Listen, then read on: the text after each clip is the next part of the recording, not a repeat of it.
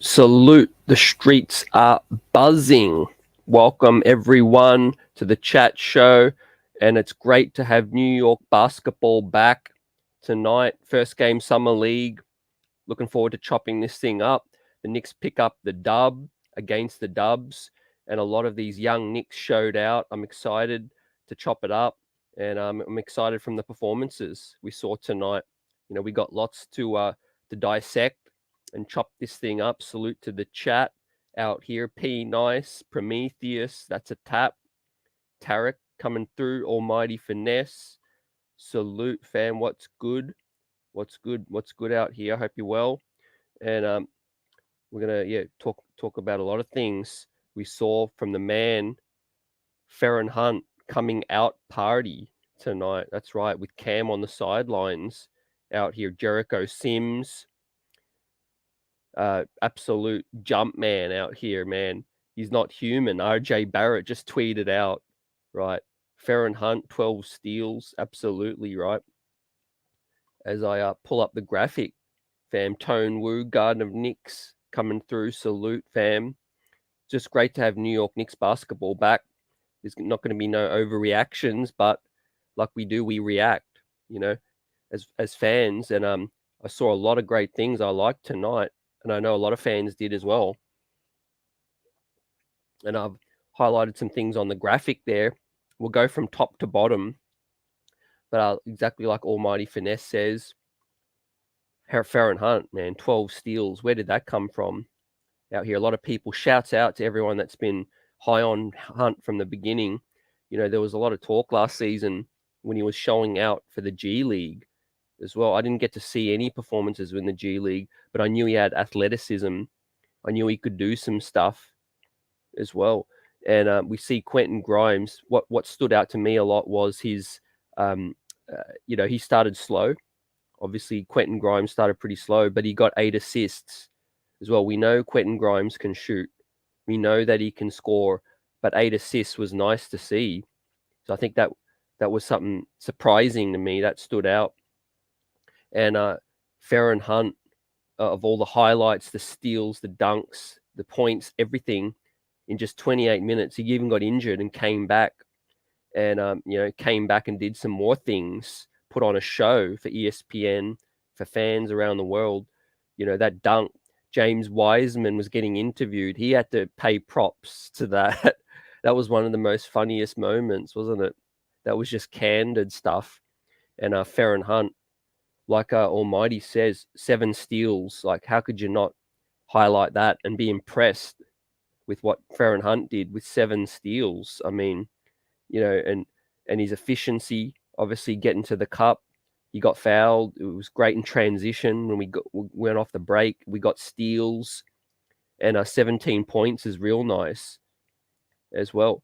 Jericho Sims, what stood out to me from him initially was the points. We know he gets a lot of rebounds, 10 rebounds there, 3 offensive, 7 defensive, but 16 points from Sims was pretty impressive. He was a man amongst some boys. And in 27 minutes, 16 points. I like that from Sims, And as I've got my notes, we got Taj Gibson out, Jericho Sims in as well. So yeah, Jericho's going to be taking on some role this season. I'm confident of that.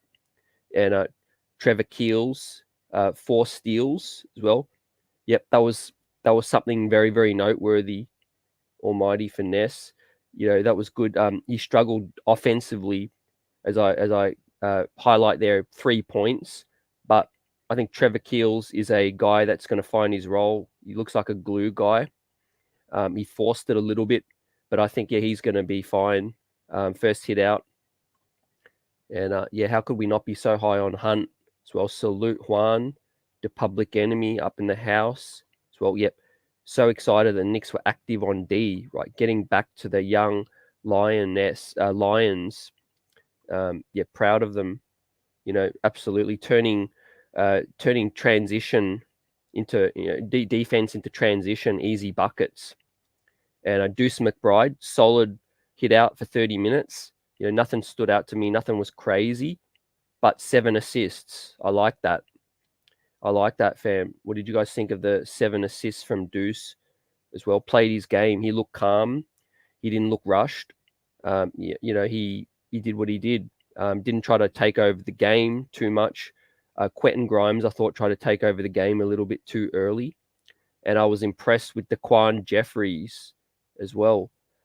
In his 20 minutes, he was a team leading plus 25 in the 20 minutes. Daquan Jeffries, he showed up Keels tonight. Basically, he was a monster on the defensive end. Helped us out early. Daquan Jeffries was really nice. What a game! Yeah, he brought the intensity too. Cash out, and Quentin Grimes did struggle. He was definitely trying to force things too early. And then John Montero, what stood out to me was a plus 16 in 9 minutes as well. He was good on the defensive end from what I saw. Didn't need to do anything offensively, hardly got many touches, but defensively, that's not his calling card. So I was impressed with Jean Montero's D, right? He helped swing the momentum, had a steal as well, picked his pocket, stole his cookies, and went all the way as well. But Feron Hunt steals the show for me tonight. Feron Hunt, 7 steals, transition buckets, windmill dunks. I mean, that's going to make Sports Center, ladies and gentlemen. So what a nice feel-good win. It's exactly what we want to see from Summer League. We're not going to overreact to performances and scores and any of that, but when waiting for Nick Ball to come back, we want to see young players play a lot of minutes. So that was great to see the Knicks play, heavy minutes tonight. These young kings come up in here, and then cherry on top was that they showed out. A lot of these Knicks athletes showed out, right? Kaminga who, Moses Moody who. I think the Knicks young players stole the show tonight, right? And I put athletes, right? The Knicks have some athletes now, ladies and gentlemen.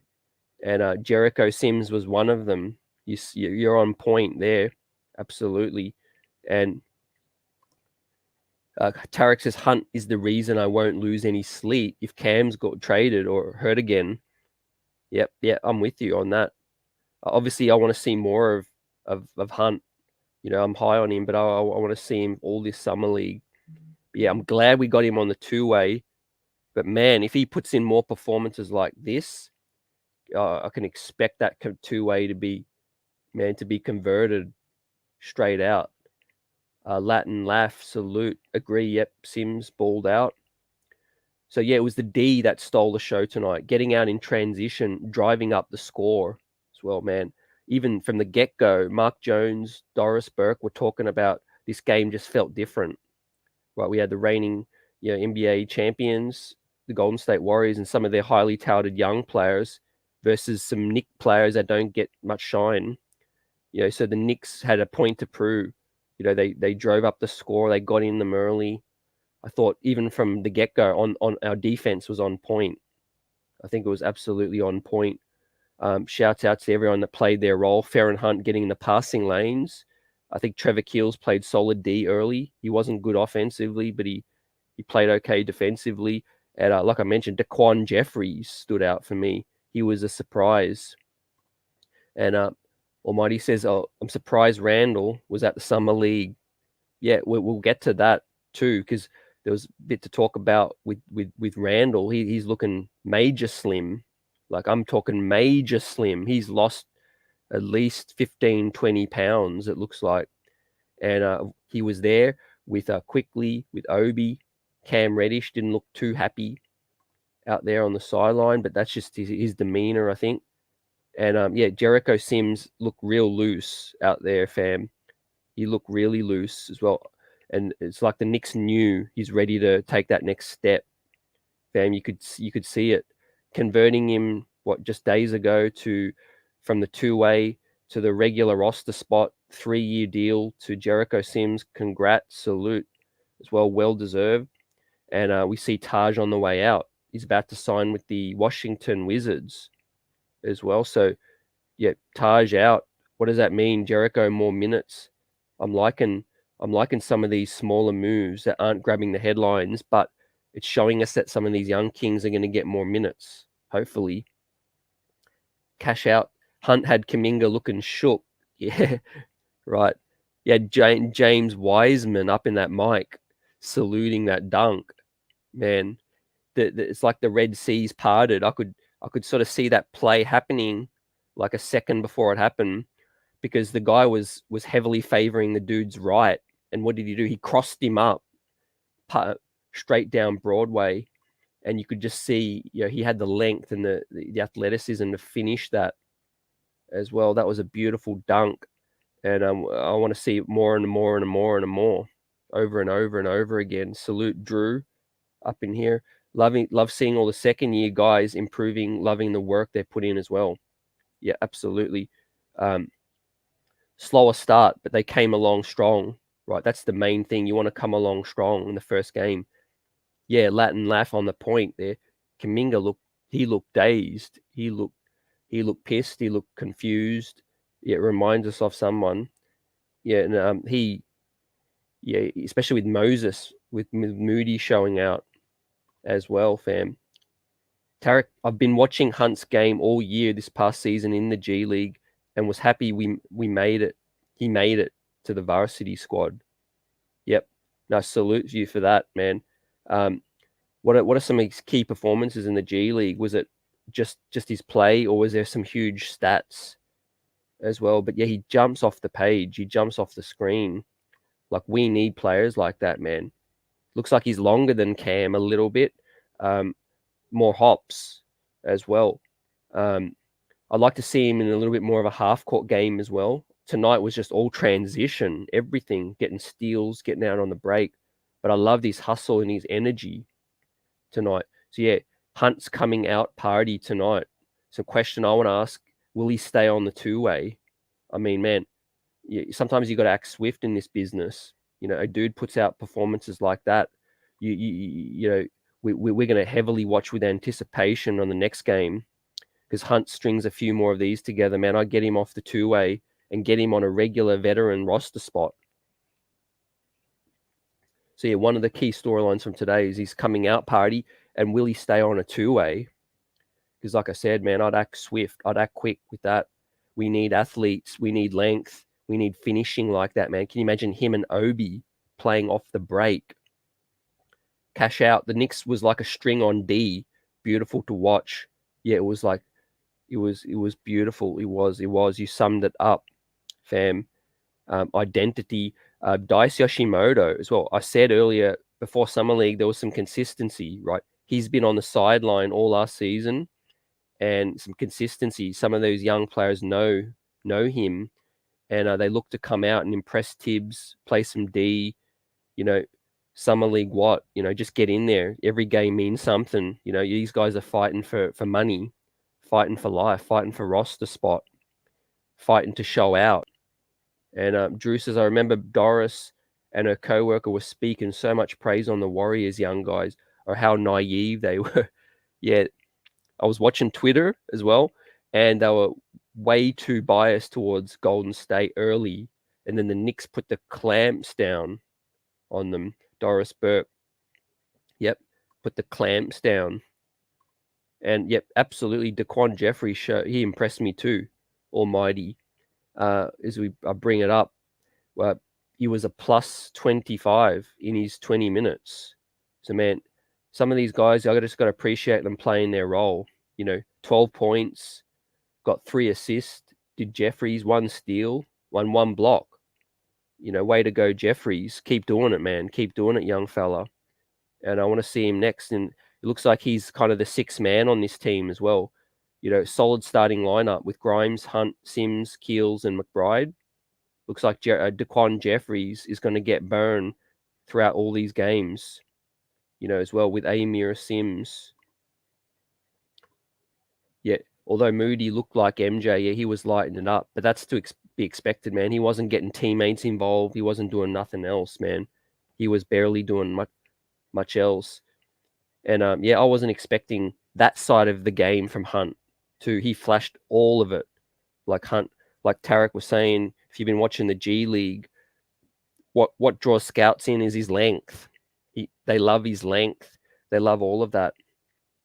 And like 7 steals. That's just perfect for an offensive flashy guy to show D as well. And also just 28 minutes. Imagine if Hunt played 38 minutes tonight, man. He would have had himself probably 25 and 10, maybe 10 steals. Yeah, 25 and 10 with 10 steals, not 10 assists. That's insane as well. Yeah, appreciate you, fam. Let's get it. Continue to evolve in this thing. We've got the season kicking off as well. I'm just stoked to be chopping it up with you all. And tonight everyone's buzzing because this is exactly what we want out of Summer League. No overreactions, but you want to see the young players play heaps of minutes. You want to see them play really well. And of course, some highlight plays on top. That's just a beautiful night. Tarek says, Hunt got an all-round game, and believe it or not, he can shoot the 3. Hunt has impressed me more than Cam ever has going back to Duke. Yeah, well, what I want to see, fam, from both of these guys is consistency. Who of these 2 dudes can be more consistent as well? But yeah, I love what I saw from Hunt tonight, man. But yeah, I want to see, like what you said as well, the all-round game and shooting the 3. If he can pop the 3 well, he had no attempts tonight, as you can see, no attempts from Hunt. But why would he need to? He was living at the hoop. Basically, he was throwing it down. And almighty, don't be surprised if Tibbs use Hunt for D, as a nice weapon on the transition end. Man, like I said, him and Obi Toppin getting up and down.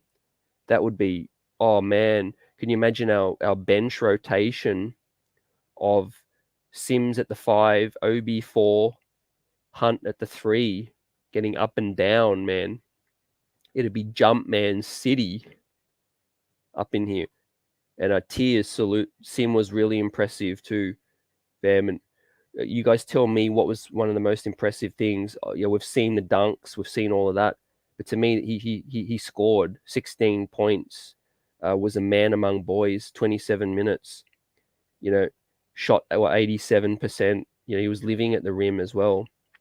And actually, another thing I want to highlight with Sims is his free throws.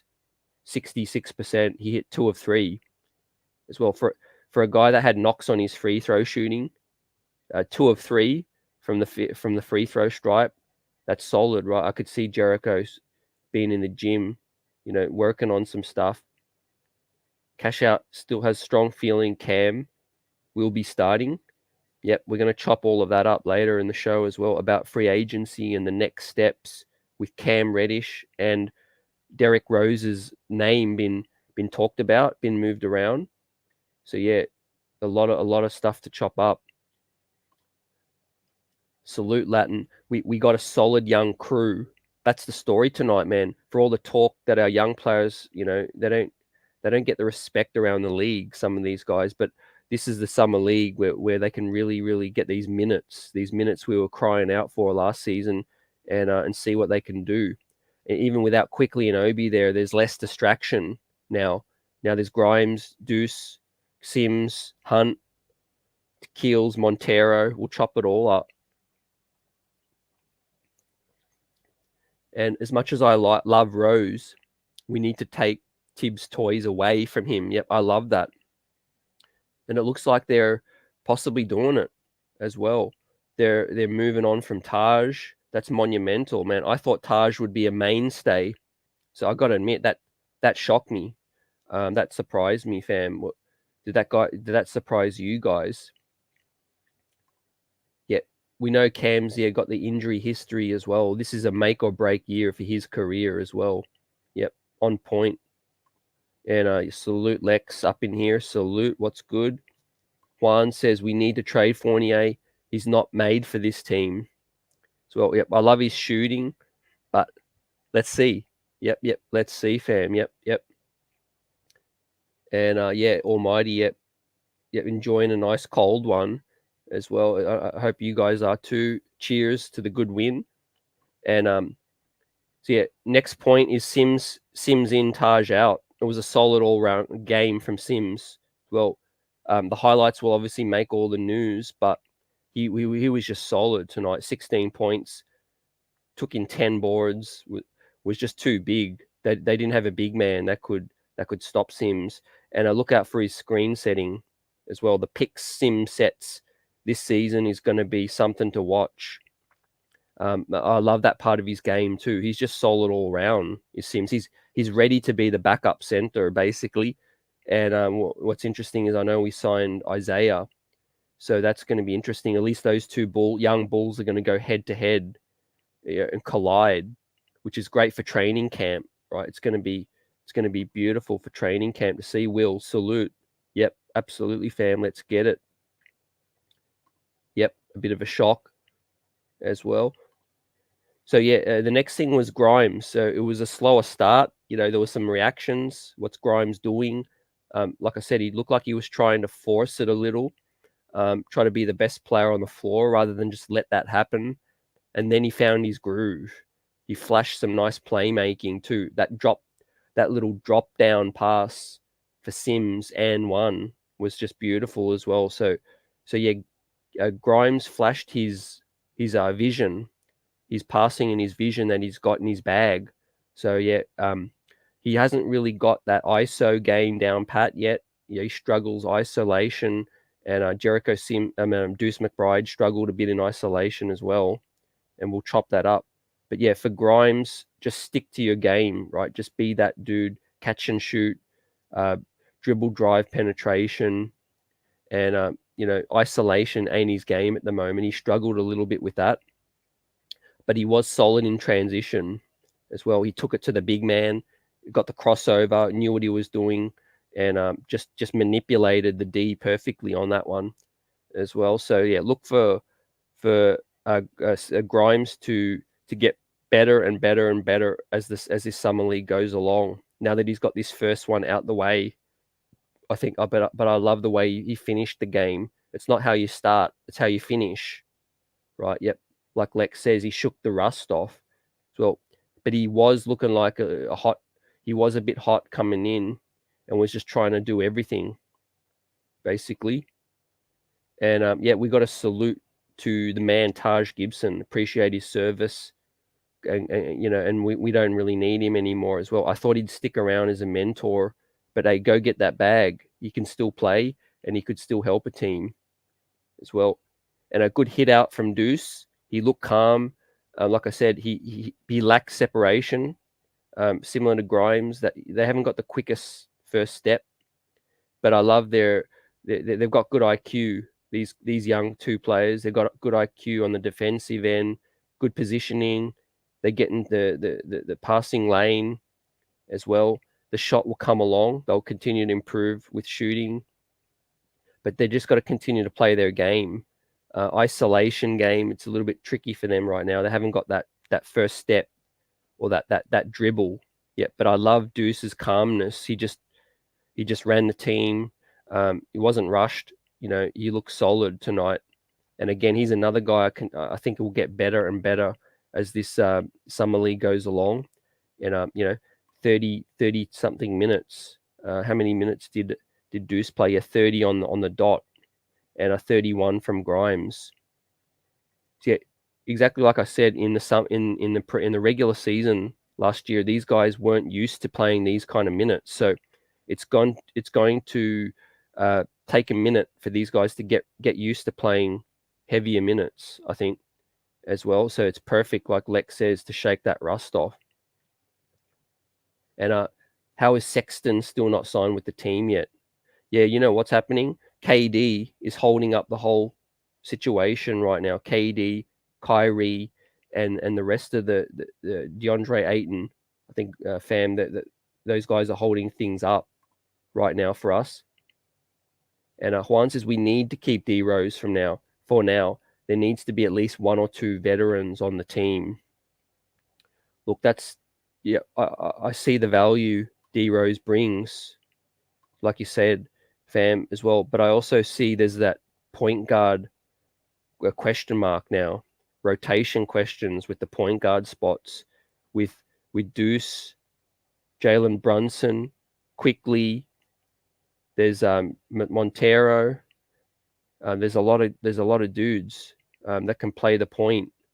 Now with D Rose here, Quickly, Deuce, Montero, those guys aren't going to see any minutes hardly at the point as well. So yeah, that's, as much as I respect D Rose, I just feel like there's a better home for him on another team, right? And especially if we can get something for him, then that's going to be gravy. So yeah, it was a solid hit out. I'm just glad these guys got to play heaps of minutes, like Deuce McBride did, Quentin Grimes. Now let's touch on the man, the 42nd pick in Trevor Keels. Now, like I said, he struggled early, but he will settle into his role. I could see him, and again, being a bit excited, but he looks like a glue guy. Just play his role, play some D. You know what I mean? Don't play out of his limits just yet. Right now, settle into his role, as we see on the box score there. Trevor Keels played 24 minutes, didn't score a lot, only 3 points, but 4 steals. You love to see that. You love to see those 4 steals. So he was a part of this lockdown squad tonight. Like, he was locking down, he was helping out, and his big frame, like I've been saying, his big frame is going to help us to shut off penetration as well. So yeah, solid starting 5 unit with Grimes, Hunt, Sims, Keels, and Mcbride. I could definitely see this summer league being a total success, a strong starting 5. Look for them to get stronger as the games go, and who knows, we pick up more dubs than we play more as well. Yep, like Almighty says, yeah, we salute Taj, we thank you, but let's see what he does out in Washington. And Juan, maybe by the deadline, we will trade him to a contender if we're out of it. Yep, that's very, very possible too. Absolutely. Keep D Rose for half a season and then flip him. Yep, see what we can get. Francisco, salute. What's good? That's the dog in Grimes. Keeps coming. Deuce checking full court. That's D. Yep, absolutely right. Solid picks, these guys. I don't know if they'll ever take that next leap or wow people, but a successful team needs solid role players, and these guys look like they're legit, legit role players right now.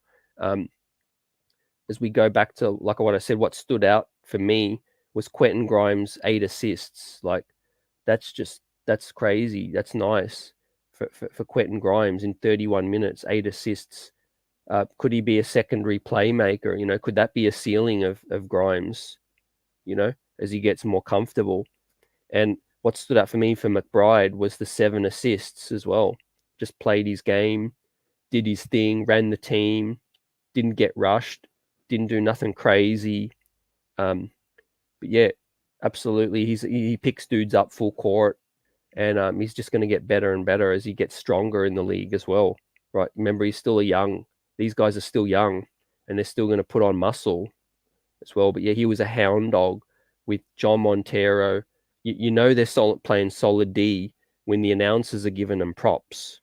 Right? We completely shut down the Warriors tonight and got out in transition. And the Public Enemy, much respect for D Rose, but I wonder, do he feels like he doesn't want to be on a younger rebuilding team? He is the oldest player, and I think he might ask out himself soon as well. Yeah, look, maybe in the nicest way, D Rose might say, maybe it's time. Maybe, the way this team's headed, he sees the writing on the wall with these young pups ready to take that next step. I think that could definitely be very plausible, fam. And yet there is talk about D Rose in terms of what's next now with the roster. And yeah, especially with these young athletes. Like the theme tonight was the Knicks athletes showed out, getting up and down transition and just stealing people's lunch. This is what we need as well. And salute Lynn. What's good? If it's been discussed, but where does Mcbride fit in the mix as well? Great question. And we hadn't really discussed where he fits a lot in terms of the big club. Obviously, tonight was a huge step towards him, looking like he could take the next step. Showed his game, 7 assists, played solid D, just do some Mcbride things.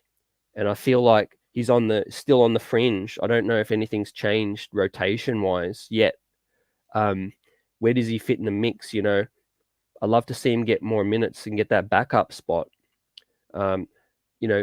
Jalen Brunson's up in the air now, so quickly can't be the starting point. So quickly's got to get minutes off the bench. Deuce, I'm happy for him to play next to quickly, play some minutes there off the bench. It's a little bit undersized, or a bit undersized with those two, but I love their competitiveness. They just don't cheat plays. They don't take a play off.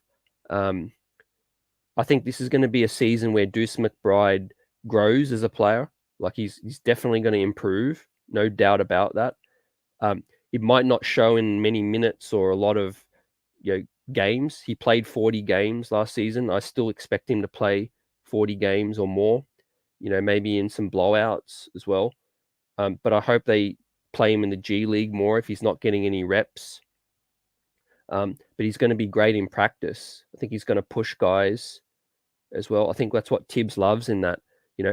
Tibbs is all about practice. So it's not just about games. If you're pushing dudes in practice, you're showing that you're ready to take that next step. If there's injuries, there's protocols, there's something go down, Deuce Mcbride will be that next guy that'll be called. He'll definitely gain more trust, I feel like, with Tibbs. Starting with this summer league situation, I think Deuce does 5 more games of this tonight, and I think Tibbs is going to be pretty happy. Got to be pretty happy with what he's seeing out here, and dirty salute. We got to let D Rose have that shot at that chip as well. If it's not by opening night, I think it's going to be by trade deadline. I think with D Rose, what do you guys feel with that situation?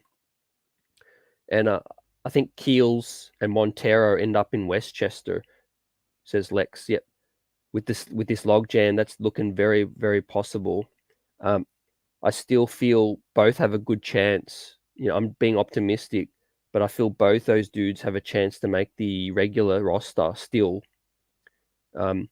Obviously tonight, Feron Hunt's absolutely in that mix, but there's no rush with Feron Hunt. He's still on a 2-way, so he can play regular minutes and he can play G League as well. So you effectively have 17 dudes that could still play big minutes with the big club as well.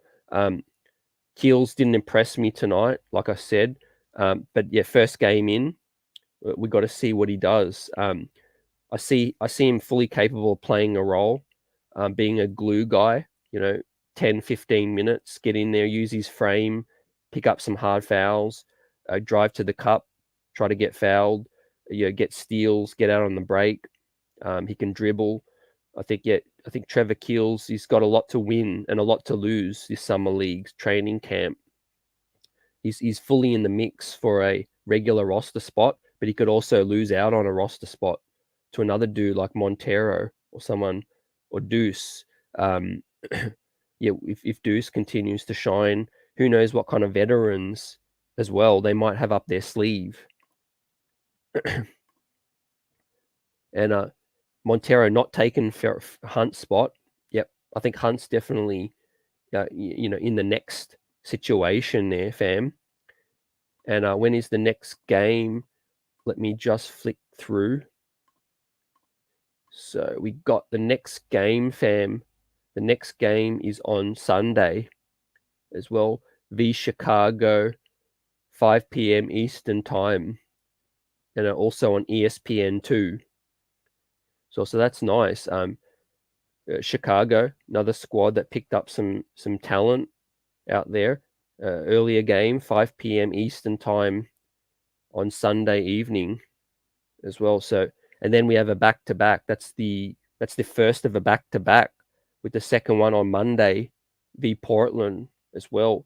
We saw Shaedon Sharpe get injured as well. We saw Shaedon Sharpe get injured. He might not play in that game v Portland.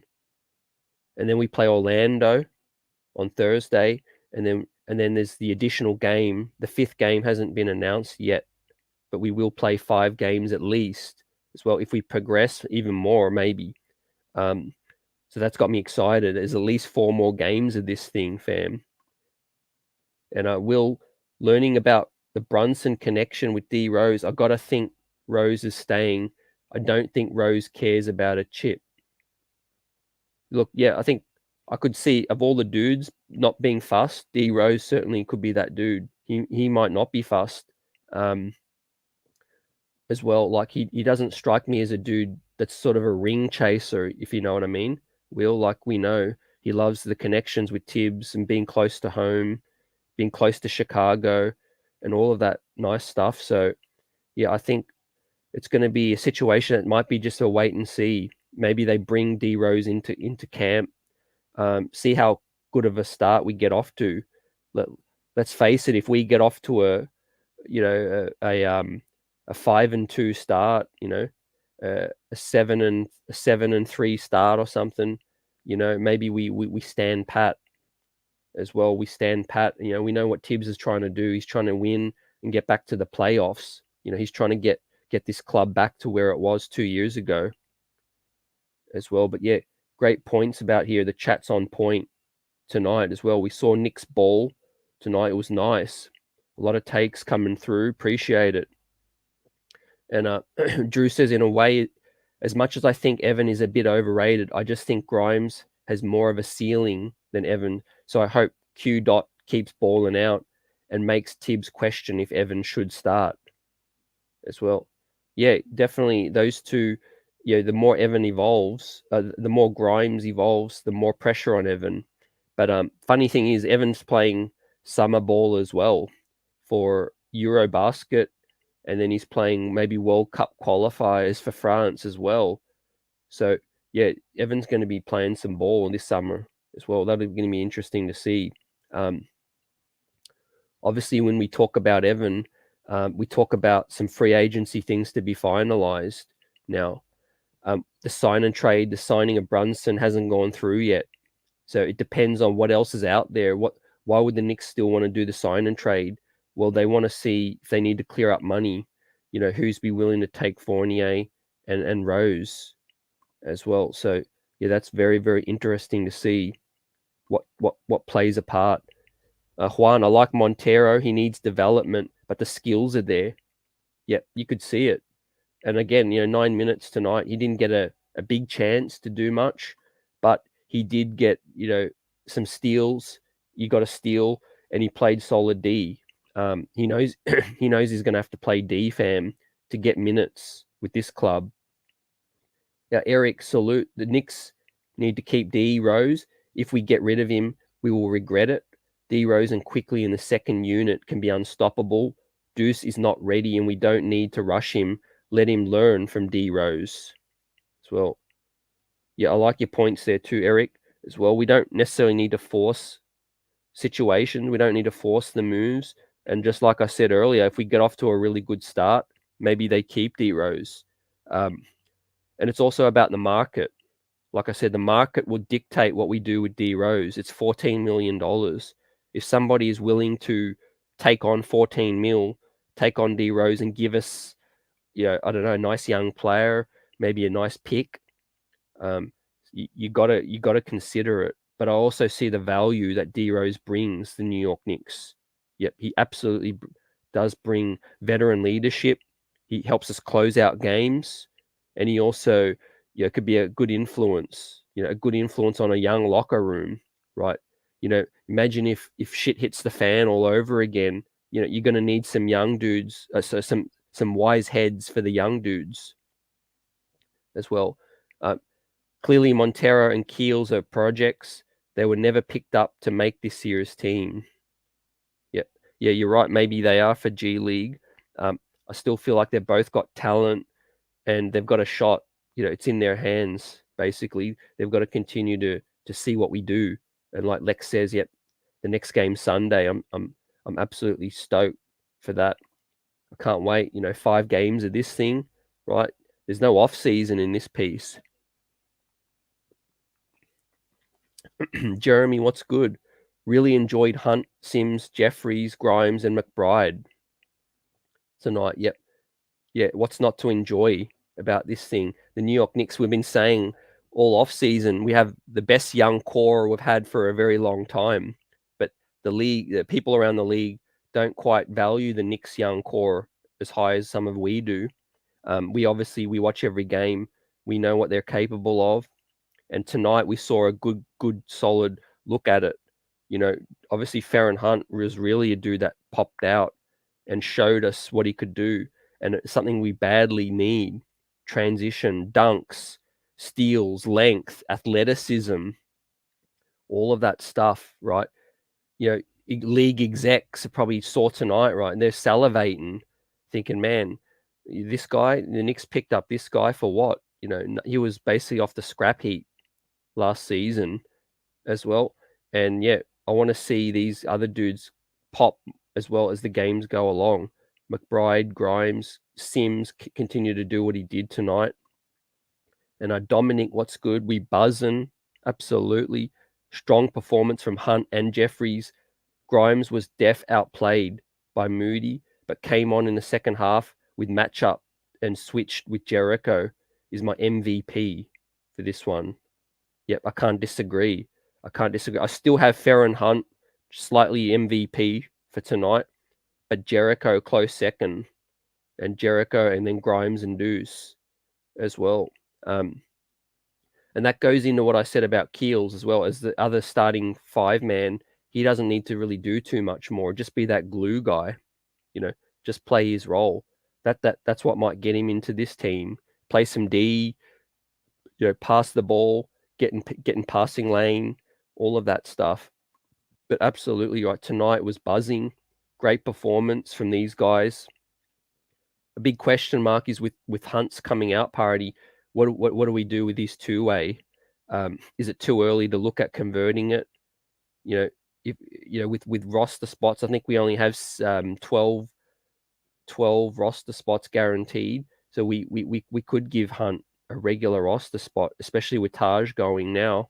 The Knicks waived Ryan Arcidiaconu's cap hold as well. So we have regular roster spots to give out now, fam. Nick Yak, salute. Mcbride had 6 assists, but should have had 10 with all those missed dimes too. Yeah, great point. You hit the money there too, right?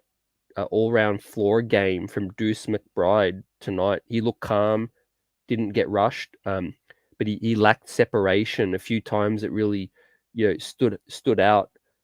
One of the knocks on Deuce's game is that he's not quick off the dribble. He hasn't got excellent dribble dribble handling skills or separation ability, but solid all round game. 7 assists. I love that. I love it, and I love his D. Kaiser Soze up in your salute. Grimes had nerves tonight. Yeah, you could see, like I said earlier, fam, he definitely came in trying to look like, I'm the best player tonight. I'm going to show out. I'm going to take all the shots. There was a couple of pretty deep shots that he pulled up on. I was like, okay, he hit the first one, and then he was going for some heat check after that. But then he calmed himself down. That's the main thing. It's not how you start, it's how you finish. And after a slow start, Grimes found his groove, and I love the playmaking that he flashed tonight. 8 assists in just 31 minutes with 24 points, all-round game. I mean, it's funny, we talk about his slow start. He could really have been the MVP tonight with that stat line. I mean, there was no better stat line, 24 points and 8 assists. But he wasn't very efficient, 4 of 14 from 3 and 8 for 21 from 38% from 2 as well, which is why I give it to Hunt tonight. I give the game ball to Feron Hunt. I think he was just consistent in that most important stretch of the game when it was still tight, and Feron Hunt was just making play after play after play. And it's like he broke their soul, he broke their spirit. I think when Feron Hunt did what he did, he went on that tear, and ESPN was going off, yeah, Jericho has made Nerlens Noel, Taj Gibson now expendable, right? It's the truth, right? You hit with that one. Jericho, finally a young up and coming center, a young player that we drafted 58th spot now, has made some veterans expendable, right? That's one tick with the drafting scouts, right? That's what we want to do. That's the long-term situation I keep preaching about, building through the draft, right? Keep taking these picks until some of them hit. JJ, salute. Yep. Walls of Jericho Sims was so impressive tonight. Got to be tough for him to get good minutes as a third string center, though, as well. That hits home. But you know what? You stay ready. You never know when your time comes. Yeah, we just don't know, fam, about the future, what it holds. We hear about Hartenstein, but let's see him in orange and blue yet first, right? This is like a slugfest in terms of Jericho's getting the summer league to get his first swing in, and he continues to produce like this. Man, the whole league is watching for this thing, right? Even Mitch got to be somewhat a little bit nervous, I feel, even though Mitch got the bag. To have solid competition now from 2 centers to back you up, fam. I think Sims ain't worried. I think he's done the work, he's put it in, and he's going to come in here and compete, set big picks, pull in big boards, slam it down. He's just an all-round, just a nice big man. Now, if he can flash a mid-range J, man, I don't know what I'll do. If Sims can develop a J. I mean, and after tonight, Grimes is moving ahead of Fournier. What game you watch? Well, yeah, look, there's a bit of time still to go. Those guys still need to battle it out. But I'm excited for Grimes' future up in there. But yeah, certainly Evan Fournier, he broke the franchise record last season, and he's still here. He's still going to get minutes. That's not going to change yet. What intrigues me the most is a man that none of us were really talking about. Truth be told, how many of us were really talking about Feron Hunt before tonight? Now he's another dude in the mix that we got to talk about now, leading into training camp, off season, before the preseason and all of that, right? I think eyes were open tonight in terms of Tibbs and a Scott Perry, Leon sitting there on the sideline. Yeah, and Drew, got to bring up that name Rokas as well. Yeah, who knows when he's going to come over tonight? Was another instance where we got plenty of young talent, right? He can just take his time. He can take his time. Yeah, Sims was a serious mug. He's playing, but he ain't playing. Yep, exactly, Francisco. You could tell, man.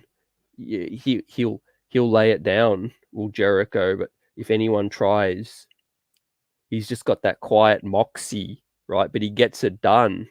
Pulls in boards, slams it down.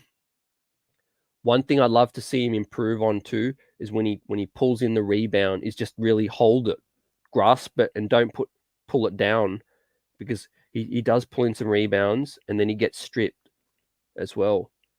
And Drew says, I bet the Clippers are kicking themselves. They don't have the scouting department of the Knicks. Yeah, we're making strides. Absolutely, we're making strides. Sims is coming. His play on both ends of the floor has leveled up major. Showed us a lot of great rim protection and more than just the lob offense. He's using his freak athleticism on both ends now, right? Yeah, Dominic. He walks into any gym and he's like I'm the best athlete in this gym. Like, the Knicks got athletes now. That's what I'm loving, right? Just dudes we've picked out of nowhere. And salute to the scouting staff. Salute to the drafting scouts as well, to pick up Sims 58 last season. Now that's looking like a true steal. The upside swing of this guy, and we got to talk about the contract for 3 years for less than $6 million. Like, think about that for a second. If this guy continues on this trajectory with less than $6 million for the next 3 seasons, I hope they're all guaranteed. I hope there's no player option, or maybe I hope it's a team option maybe in that 3rd year. But man, he has a serious spot to outplay his potential. Can Jericho Sims, man. Like, oh man, these highlights are going to be all over ESPN Sports Center for the next 2 days. His head touches the backboard basically, as we saw before he got drafted. You know, he almost cracked his head on the glass. Hunt looked like Obi, who can play D. The way he leaks out and won't take a mid-range and just dunks everything. Yeah, man. Like I said, Nick Yak, those two playing together with Jericho. Oh man, give us your dream bench lineup, ladies and gentlemen. Your early dream bench lineup. Yeah, like Dirty says, we got 2 spots left as well. Be civilized. Salute. Tibbs was in attendance tonight and was looking like a turkey sandwich with no bun. Yeah. What's Hunt's first name? Feron Hunt. That's his name right now. The world knows his name. Yeah, up in this piece, right? A young flyer on a young kid. It's paying off for the Knicks, man. Absolutely. Eye test. They passed it tonight, Francisco. 1 down. At least 4 more to go, right? Could we be putting on those summer league rings? Nah, it's too early to say that yet.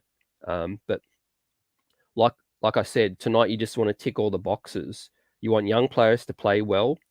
You want them to play plenty of minutes. Tick. Played well. Tick. They played great defensively. Tick. Athletes showed out. Tick. We discovered maybe another young piece. Tick.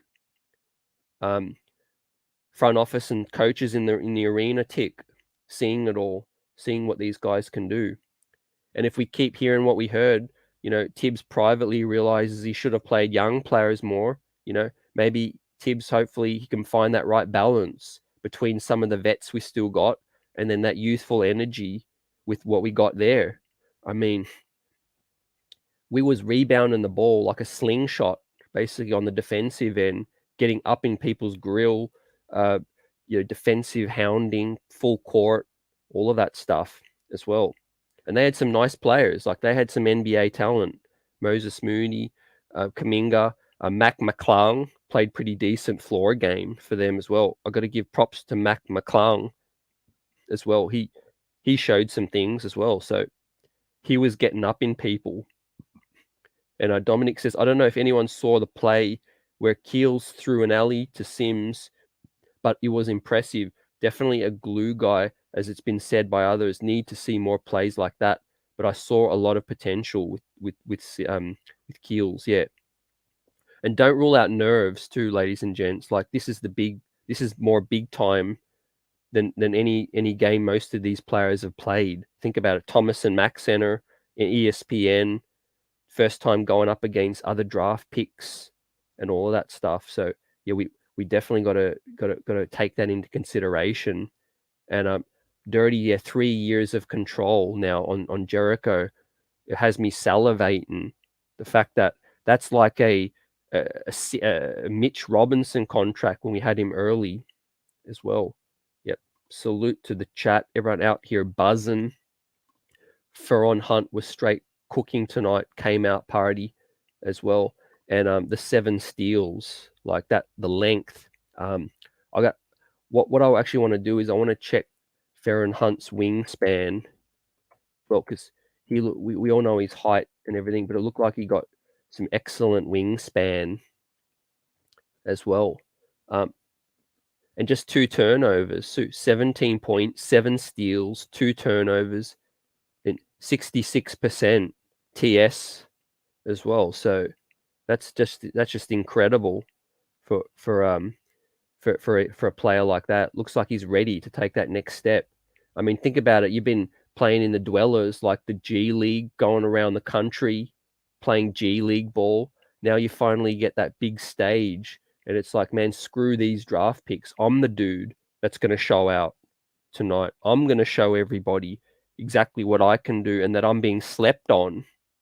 You know, that's exactly what Feron Hunt did, right? He's got some dog in him, clearly. Quentin Grimes, Deuce Mcbride got some dog. Sims got some dog in them as well.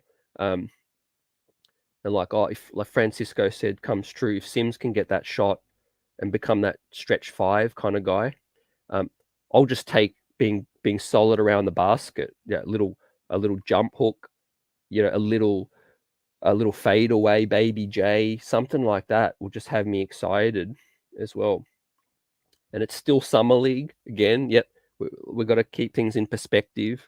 Absolutely, we've got to pump the brakes on some things, but we also can appreciate some growth in these young players as well, because they are playing against other solid opposition. Like I said, I wouldn't be surprised if the Warriors still go close to winning this thing. They've still got solid NBA talent. Maybe they had some players not play tonight as well. So we just got to see how we go. But man, am I excited tonight. I'm absolutely buzzing. And Lex says, I will say, if he keeps playing like tonight, he deserves a look. Yep, absolutely right. Absolutely deserves it. And you could see the hunger in the guy too. He just came out defensively. That was the thing that's most impressive. I didn't know Feron Hunt's known for a D. He's known for athleticism and slamming it down. But D, I don't know. But tonight he showed that. One thing I hope Sims gets better at sometimes he will have the ball right under the hoop and he doesn't go up with it to finish right away. He gets timid and then he lets the defender get time to get there. Yeah, absolutely on point, JJ, as well. Fully agree with that. With that said, yeah, Sims, with Taj now out, Jericho Sims has got that huge shot now, huge shot to get minutes. He could definitely play some 4, if you think about it. Yeah, it just depends, knock on wood, but, injuries happen. Anything can happen. Just to have these young dudes that are cheap, like, I mean, that's just awesome. Billy Goat, salute. Jalen Brunson, RJ, Cam, Randall, and Mitch as well. Yep, definitely. And yeah, shout out to Yankees Morning Brew. Heck, salute, fam. What's good? Tibbs is the human version of a thumb. Say what you want about Tibbs too. He just loves the game. He was there courtside watching it soaking it all in. You could tell he was probably still sweating. He was probably living and dying with each play, was Tibbs, and he wasn't even coaching these young kids tonight. his long-term assistant Dice was, which is good for consistency. Like I said, those guys had him for the season, and it showed. We were the more organized team tonight. Think about that against the Golden State Warriors. We were moving the ball, like they said. We look organized. We moved it around like a hot potato. Found the open shooter. We got dribble penetration when we needed to. How many open lobs did we get? Dunk lobs as well. It was lob city tonight. That out of bounds play where Deuce just threw it up to an open Sims. Like, if I was their other coach, I'd be like, man, what are you doing? Can't you see this guy's been throwing it down on us all game and you leave him by himself? It's like they were scared. And I love how well Sims does defending on the perimeter for a big. That's real impressive. Love his quickness. Yep, like JJ said, that's something that's always impressed me about Sims. He moves his feet quickly, laterally as well. He can get back and he can compensate for getting blown by as well. Yep. E. Gibson wants Cam to still get minutes to throw him into the fire. He's got a lot to prove. Yeah, we're going to see what Cam's made of this season as well. And ladies and gentlemen, super chat, $5 super chat from Lara. Salute, appreciate you. 1 down, 3 to go. The rings are in sight, ladies and gentlemen. Yep. Absolutely. And I retweeted a nice joke about Chris Paul. You're going to see Chris Paul come out of vacay to take on a summer league spot just so he can get that elusive ring. What are your guys' thoughts on rings now for summer league? I mean, this NBA ain't playing. They're taking it to the next level. Play-in tournaments, mid-season tournaments, preseason rings now. I mean, summer league rings. There's probably going to be a preseason trophy. With that said, yeah, Dirty, appreciate you 7'2" wingspan. I couldn't see that, but yeah, tonight I could see it on the floor. I mean, I can't find it online, but yeah, it doesn't surprise me, man. If he is 7'2", like Billy Goat says, a Trevor Ariza 2.0, and if he could shoot the three, Feron Hunt, absolute steal. We signed him on the two-way last season, so this could be the last year, because technically last season might have counted as the first year of the two-way. So if this is a last, I think you can only have a dude on a two-way for 2 seasons. Correct me if I'm wrong, anyone. And then we need to make that decision. So, I would keep a roster spot free just in case. Anyway, right? Just keep it free. And yeah, like we were efficient with the ball too, Francisco. We weren't turning it over too much. So that's why, like I said in my notes about Deuce, he looked calm. Didn't try to take over the game offensively. Just played his role. 7 assists tonight. Was nice. Yeah, and they also played 3 games together last week in the California Classic. So I did not know that. So that just makes this more impressive as well, fam. And yeah, McClung, he looked nasty tonight. He was getting after it. You could definitely see he had NBA experience. So yeah, you could definitely see he's been around a bit. But he ain't doing it on the NBA level, or he wouldn't be here. Yeah, it's tough. It's tough to make that next leap. With McClung, you could tell size. Just that he's a decent athlete, but size was hurting him. Absolutely was hurting him. Warriors were missing Wiseman, Baldwin, and Rollins. Yeah, Ryan Rollins as well. Appreciate that insight, Dirty Dancer. That would have been a better matchup to watch, but I think we still would have probably won tonight. But yeah, Wiseman, yeah, he was wise to pay props to Feron Hunt tonight, man, on SportsCenter. He was yamming it on his team. That was so candid. And, I like what he said. He was just keeping it a buck, right? It was a nasty highlight from Feron Hunt. Definitely got Be Civilized eyes popping, like all of us, man. In fact, my eyes was popping before that. I think he got a couple of other transition leak outs as well. But that open leak out he had when he had the windmill, man, that was I could picture him being Obi Toppin. I had flashbacks to him being Obi and just slamming that one down. Like, that was just beautiful. Did Moses Moody miss a shot? Didn't seem like it, but I think he got sat early. I think he finished with 35 or something like that as well. Yet Kuminga was locked up as well. He was struggling, right? Imagine trying to prove yourself and trying to earn minutes with Deuce McBride, Grimes, Sims, and Jean Montero locking you down. Yep, we got to keep the hope alive to get these rings. And shout out to Feron Hunt tonight. He put in work. I want to see more of that all throughout Summer League from him. Show Khan, salute. I think this guy, he's going to be one of these dudes that, like I said, he has the experience. He's been around a minute, been toiling throughout the country playing G League arenas and stuff, knowing that he's a class maybe above everybody. And I think he's going to now come into this Summer League and be like, man, this is my chance. This is my year now. And I like that. I like that hunger in a player when they just get to a point where they draw the line and they say, no, like, this is Summer League for me. This is playground stuff. I'm gonna light you up. Kuminga, he got punked by us, absolutely, fam. Sims, I don't think they were ready for what Jericho Sims gave us tonight. I don't think they saw that coming. Like I said, they were scared by the end. How do you leave Jericho wide open under the hoop, ready for that yam? Right, he almost could have torn down the backboard with that shit.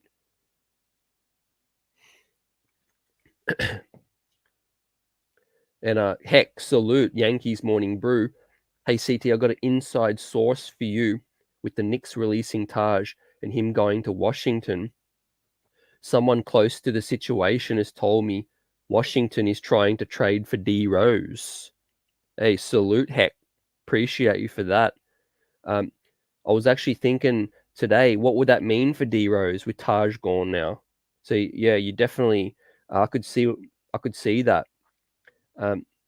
With those two, situations, those two guys are just tight. But yeah, in terms of Washington needing a guy like D Rose, absolutely. Bradley Beal signed the bag. They've got nice depth now. I think Washington could be a sneaky top 6 team, top 5 team with that situation as well. Francisco, who's closing as well? I think you've got to think JB, probably RJ, Fournier, Randall, and Mitch. I think at this point in time. But yeah, I have question marks over Fournier starting, finishing possibly not. That 3 spots up for grabs. It's got to be Cam, it's got to be Grimes. I'd like to say Hunt, after tonight, but yeah, he's got a little bit more to show, a little bit more to do. But yeah, in terms of that, we need the length, the athleticism of that situation. And again, it's just the first Summer League game. We've seen dudes pop and then have poor performances and that. But what we're seeing tonight is a product of their athletes, their athleticism, them being able to impact the games in so many other ways. That's what's impressive to me, right? Impressive defensively, to be able to get stops, get out in transition. And that's what we badly needed from last season, right? Last season, we stunk it up. We played slow in pace in the half court, plotting offense with Julius. Now we need to see this bench unit at least get up and down like the Flash. Troy, salute. Sims has a post game. He posted a lot in college. I think he's just trying to fit in and not do too much. Yep, you're on point. Absolutely right. Sims has got more in his bag. Like, he absolutely does. Drew says, I checked Hunt's stats, and apparently he shot 40% from 3 last season in the G League on 3 attempts. Was pretty similar to Obi's stats in college. Yep. Hey, if that's true and he can continue to improve or keep it at that, man, that's nice. That's nice. Appreciate that jewel there as well. Billy Goat up in here. Salute, fam. The chat is buzzing. Knicks Nation after tonight. It's got to feel good. let's get these summer league rings, right? Let's close this narrative that we don't have talented young players, because we know we do, right? We know they just needed good reps as well last season. We probably would have made the play-in, I feel, if we deviated earlier and sat some of these guys, or at least played the Obies, the Grimes, and the Deuces a bit more. I think they would have given us that defensive punch like we saw tonight, right? There's no easy buckets against these guys. And H Money, salute. Deuce shot air balls and turned the ball over a lot. He did shoot some bad shots late in the clock as well. And he shot 3 of 10, 30% from 3, and 37%, from 2, and then 37% from 3. But I like the 7 assists, 14 points. He looked calm, played his role. I think he's going to get better, throughout this summer league as well. But isolation ball just isn't his game yet at the moment. He is a situation where he needs to just be that floor general first as well. Shao Kahn, Feron Hunt is 24. He's 23 or 24. So, yeah, good year, good age for Feron Hunt. 23, and he'll turn 24 next year. Yep, he just turned 23 on the 5th of July. So that's nice, man. He's got plenty of years, plenty of upside with that. What do you guys think about Feron Hunt only being 23 4 days ago? Yeah. And Dominic says, just to clarify, you mean Hunt averaged 3 attempts a game in the G League? In any case, very impressive. The dude can jump out the gym, add an accurate 3 ball, and the sky could be the limit. Yeah, we found ourselves something, I feel, with that. We absolutely found ourselves with something with Feron Hunt tonight, and he did what he did. He was the best player tonight, I feel like, on the court, and that's saying a lot with Kuminga, Moody, Grimes, Mcbride. When the game was ready to be won, he was the best player on the court, I felt. Jericho, Grimes had a great end of the game, a beautiful closeout to the game. But Feron Hunt was there when it was up for grabs. Like he just was. And Hex says, and with how close Taj and D Rose is, I totally see that as a possibility. Yep. Who on Washington would you love to get up in here in terms of either talent or picks? If we're trading D Rose, I think we could get a decent asset as well. Yep. I think we could get a decent asset. And Tom Thibodeau stepped down when asked why Leon traded D Rose. That's his dude. Yeah, they ride or die together as well. But touching on Trevor Keels, right? He struggled, but he will settle into his role. Like I said, dudes get nervous in their first game. Look for him to be a glue guy. Just play his role on D. Be solid. There might be some games this summer league where he looks the best guy on the court. It could fluctuate with these young players as well. So I'm not going to overreact to Keels' performance tonight.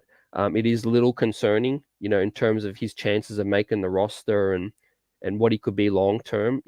I do need to see more of his game, all-round game.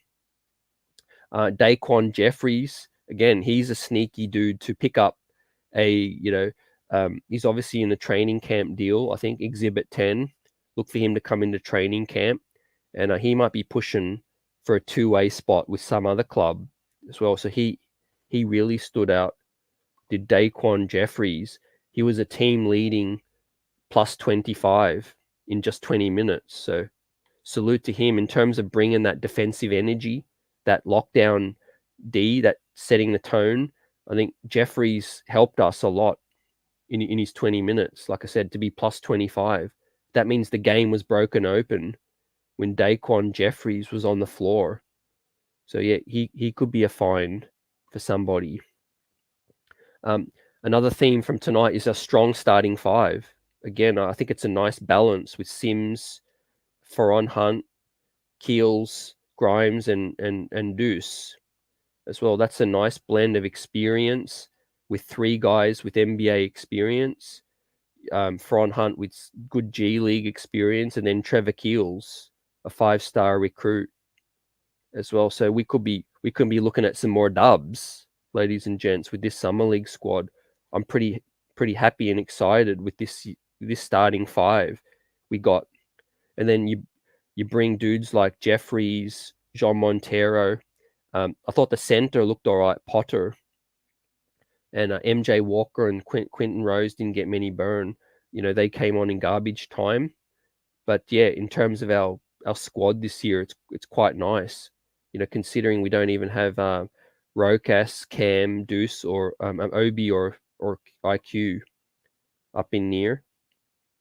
And what else obviously happens is the rotation questions now. The point guard spots and the wing spots. The point for two different reasons. The point guard spots, there's a question mark over. There's so many. With Rose, Brunson, Quickly, Deuce, Montero, and Keels could play some of that spot as well. What do you guys thoughts on that? We talked about D Rose. If he goes, do you feel comfortable that there's a nice amount of point guards to handle a full 82 games with Brunson? Then you got IQ and Deuce. And I like what I saw from Montero tonight. Way too small of a sample size, but I love what he did on D, and a couple of nice hockey assists with Montero. He's got great court vision. He can flick the ball around. He sees the open guy. You could just see that his IQ is pretty strong, I feel. So yeah, I'm comfortable with that. If we did trade D Rose, I'd be okay going into the season. I think we've got enough dudes that can handle the point. With Randall still here, RJ, obviously you want him on the ball a lot more as well. If Cam's still around, you want him on the ball quite a bit. I think it's just a nice blend if we move on from D Rose. Now, what does life look like if D Rose is here? Like Lynn asked earlier, I think it means Deuce is probably out of the rotation. Situational again, all over again. So just one player can cause that ripple effect in terms of that logjam at the point as well. And the other thing is the wing spot. Now, Feron Hunt is absolutely put his name in the mix tonight, in terms of trying to get some minutes with the wings. But right now, you've obviously got Fournier, Cam Reddish, Grimes as the main guys, or Fournier plays the 2, RJ plays the 3 as well. So Cam Reddish was courtside, sitting between Tibbs and Scott Perry, was hanging out with Julius, hanging out with Quickly and Obi as well. It's still going to be fascinating. There's a lot of talk about Cam Reddish, about other teams wanting Cam. Is he staying? Is he going? My prediction has always been that Cam's going to come into training camp. I think he's going to come into training camp, and then we're going to give him that chance this year. If we get an offer, that's not too good to refuse. So yeah, he's a tease. He's got all the potential in the world, but can he put it all together tonight? And Feron Hunt stole the show tonight for the New York Knicks. The Knicks got one in him, ladies and gents.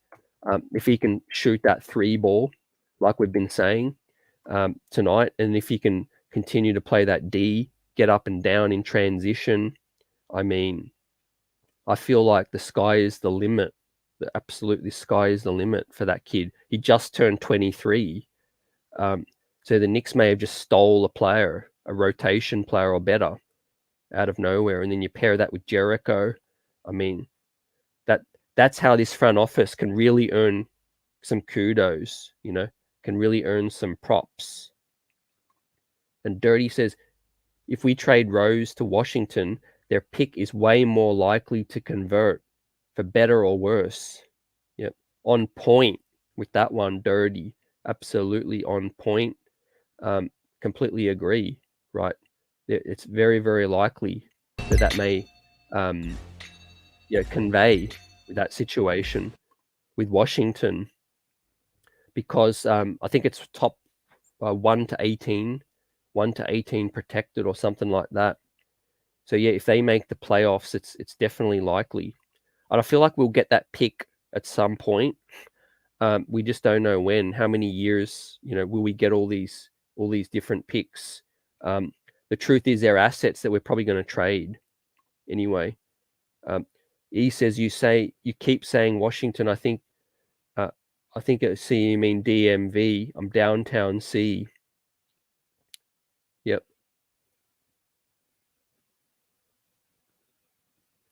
And Dirty, I don't think we really want 3 picks anyway. Yep. Absolutely. Yep. They got Pork Zinger as well. Yep. Yeah, I forgot all about KP on Washington. That's a situation. They got a melting pot of all different talent. I don't know what they're doing with Hachimura, with Avida, and then they've got Kyle Kuzma. I mean, it's crazy. It's crazy the depth that Washington have got.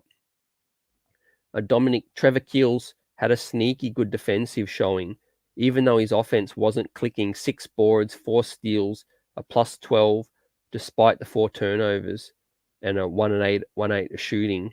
The D was on point, and he'll improve quickly. Yep. Yeah, like I said, he's just got to play his game to begin with, fam. A lot of these players come in trying to impress and show the world, what they can do straight out. Got to ease into their role, pay their dues. I think I could see Keels being that solid glue guy, settle in, not going to be a lights out shooter or a lights out scorer, a microwave scorer or anything like that. But for pick 42, if he makes the roster spot, just come in and play solid D. If we need him for 10, 15 minutes, I don't think he'll be heavy minutes, but he might be situational. He might find himself in the squad and be ready and be situational if needed. Ultimately, it could be like an asset. All these picks we got, Donovan Mitchell. It sounds like Utah's playing poker with that situation, ladies and gents. With that said, I think the Knicks are just going to be patient for what they're showing us. Look for the Brunson thing to play out over the next couple of days. Obviously it's not going to drag on too long.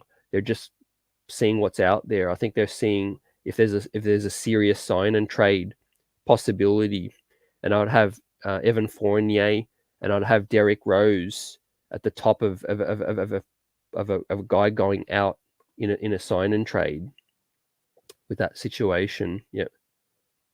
And Washington DC is the DMV, says E. Yep, appreciate the new Knicks as well. Let's get it. Absolutely, we're celebrating tonight. We've got the chat buzzing, the city's buzzing, streets are buzzing. The Knicks, handled the dubs. It was the athleticism and the defensive end that showed us, what's to come with this young squad. Now, big storylines with the Feron Hunt showing out, but will he stay on the 2-way? That's going to be critical, going to be telling. Sims has come in. He looks like a man ready. Taj is out with the old, in with the new. Now, young bull, Jericho Sims, right? One of the most athletic players in the league, not just on the Knicks, in the league. Head can hit the backboard kind of thing. Jaw-dropping, eye-opening highlights tonight, man. That throwdown, like Mark Jones said, he detonated with that thing, right? So that center spot is sneaky becoming one of the most fascinating things for me this season, right? I'm not too much of a big man guy, and I'm glad we tied up Mitch, and I'm desperately hoping one of these guys can develop a jump shot. But the depth and the young talent got me excited at the center spot, man. 24-year-old Isaiah Hartenstein, got 23, 4-year-old Jericho, 23, 4-year-old Mitch as well. So it's insane. The young athletes we got at center spot as well. Be civilized. To be honest, we don't need to trade for Mitchell and gut the roster. I rather wait it out since we got Brunson, whom roasted him as well. Yep. Sometimes the best move is a no move. Be civilized. Like we said, like you said, you hit on that one, fam. Absolutely. You hit on that. Did be civilized. To be honest, we don't need to trade for Mitchell and gut our roster. I'd rather wait it out since we got Brunson, whom roasted him. Yep. Because of that situation, we got to wait and see what plays out. I think Brunson's going to add at least 5 more dubs. I'll go on record to say at least 5 more dubs, I think. And that's being generous as well. His savviness, he's crafty. He's been to the Western Conference Finals now. He's got incredible experience in the toughest games as well. He's been the second option next to Luka, so he ain't going to be, he knows what it's like. He ain't going to be disgruntled kind of thing. Now, to me, the most fascinating thing is how does they incorporate him with Randall and RJ? Right? How do they get them all touches? How do they all do what they need to do as well to maximize this thing, fam? Like, I don't envy Tom Thibodeau's job, right? He's either gonna be a legend after this year and he somehow pulls something out of the bag, or he's going to be let go or possibly close to being let go as well if it's a big another losing season.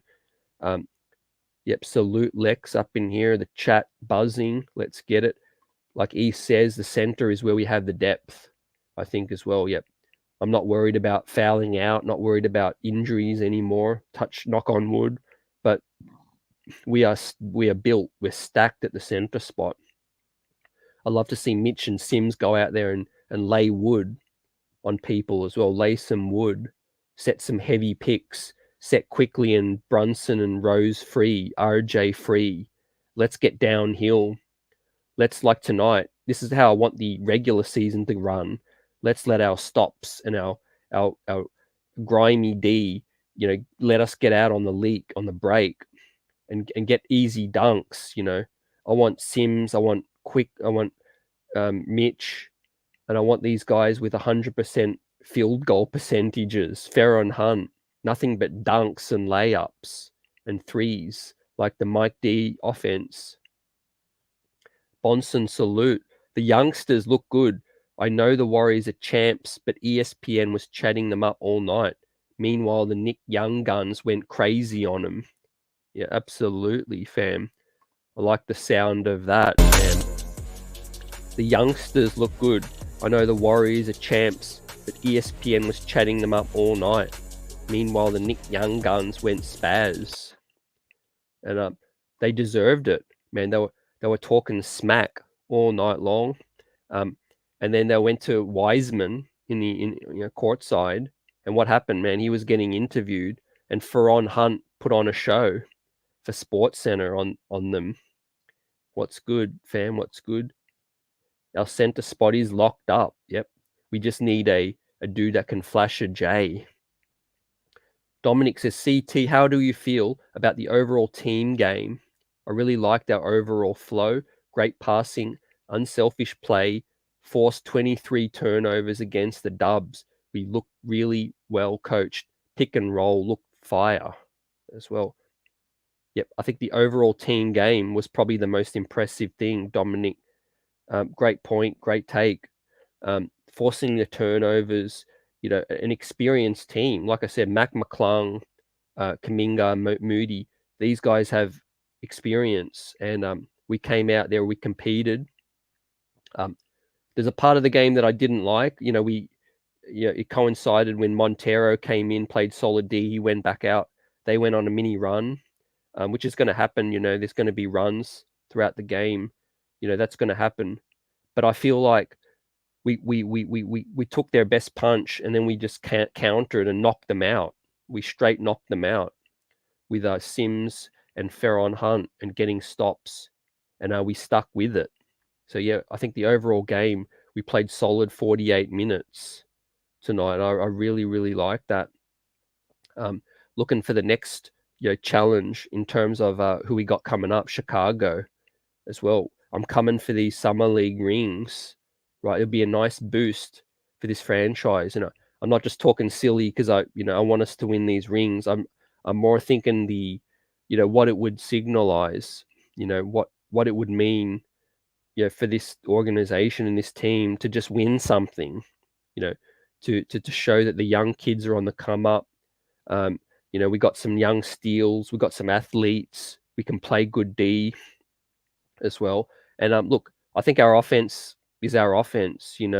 Obviously we all want our offense to be better and get easier buckets. But this year, getting back to getting wins and winning New York Knicks basketball, we need to be good defensively. We need to get back to the 2 years ago kind of thing, holding guys under 80 points, 85 points, just like we did tonight.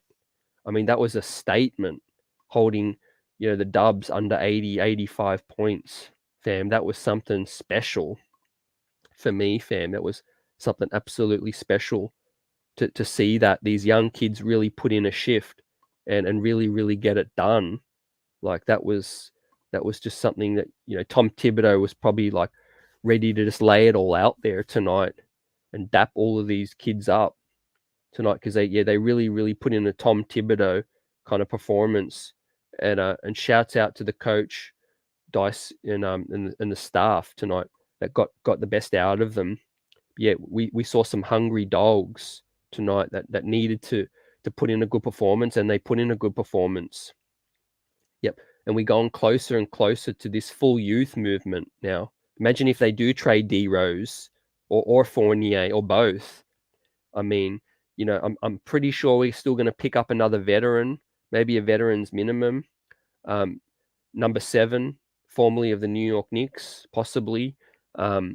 His son's starting high school in the New York area, so maybe he wants to come back home.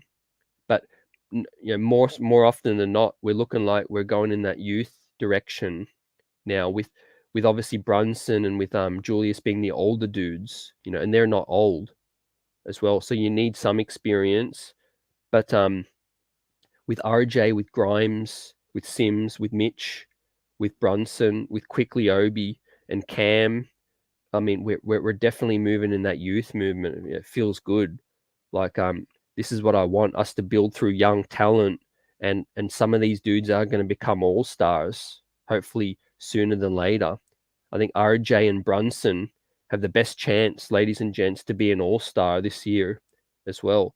And maybe a sneaky pick in the next coming years could be Obi or Quickly, if they get the minutes. And obviously a return to all-star for Julius Randle would be gravy as well. But let's see, man. The man looks committed. Just touching on Randle tonight, he was in the arena. He looked slim, like I mean slim. He looked like he dropped 20 pounds at least as well. I'm sure that he took last season personally. I'm sure he definitely wants to come back for his career and improve. And let's see. And May 4th says, yeah, the man Moody dropped 30 and it still wasn't enough on this thing, right? Yep. We absolutely shut them down tonight, which was great. Looked at our kids already. Look, our kids already know what Tibbs like. Tibbs, put me in, coach. B. Willis on point with that one. Nice. Yep. Look, our kids already know what Tibbs like. Tibbs, put me in, coach. Yep. Yep, on point with that. They got Tibbs there on the sidelines, ready to do his thing. Yeah, he's probably barking at them still, right? What's funny about the Summer League is that you really just have to play intense D, and then the game comes to you. Yeah, it absolutely does, right? It opens up the floor. We have a lot of continuity with near the entire Westchester team on the squad. Yeah, great point, Dirty, as well. The wider squad We had Amir Sims even. We had some of these other dudes as well, which we bring up there. We had Amir Sims and MJ Walker. Yep, MJ Walker. Garrison Brooks, he might get more minutes later on. Quentin Rose, but yeah, just garbage time tonight. But I'm glad they got to see the floor at least in a blowout.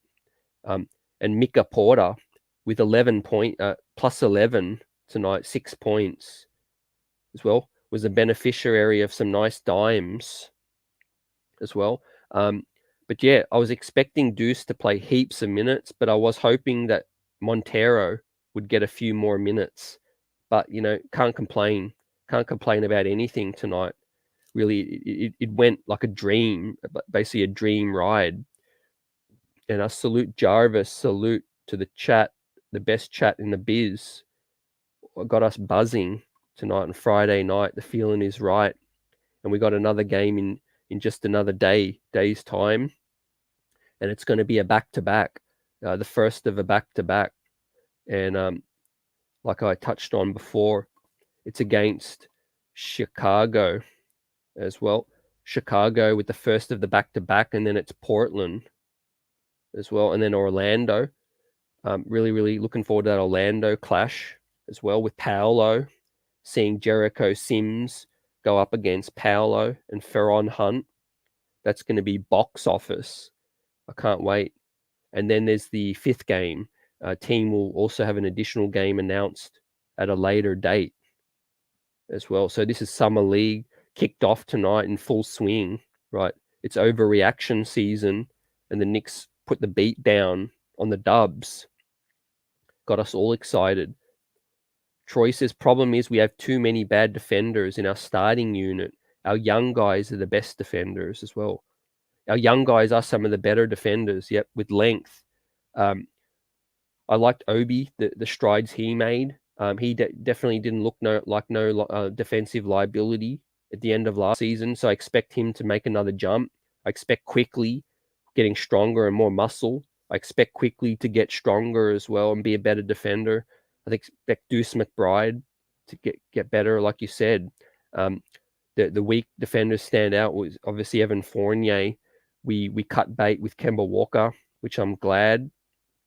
I wish Kemba nothing but the best, but it's just not a great fit here as well. We tried it. It didn't work out. But yeah, Evan Fournier, as long as his minutes are reduced, I think it's not going to hurt us too much, Troy.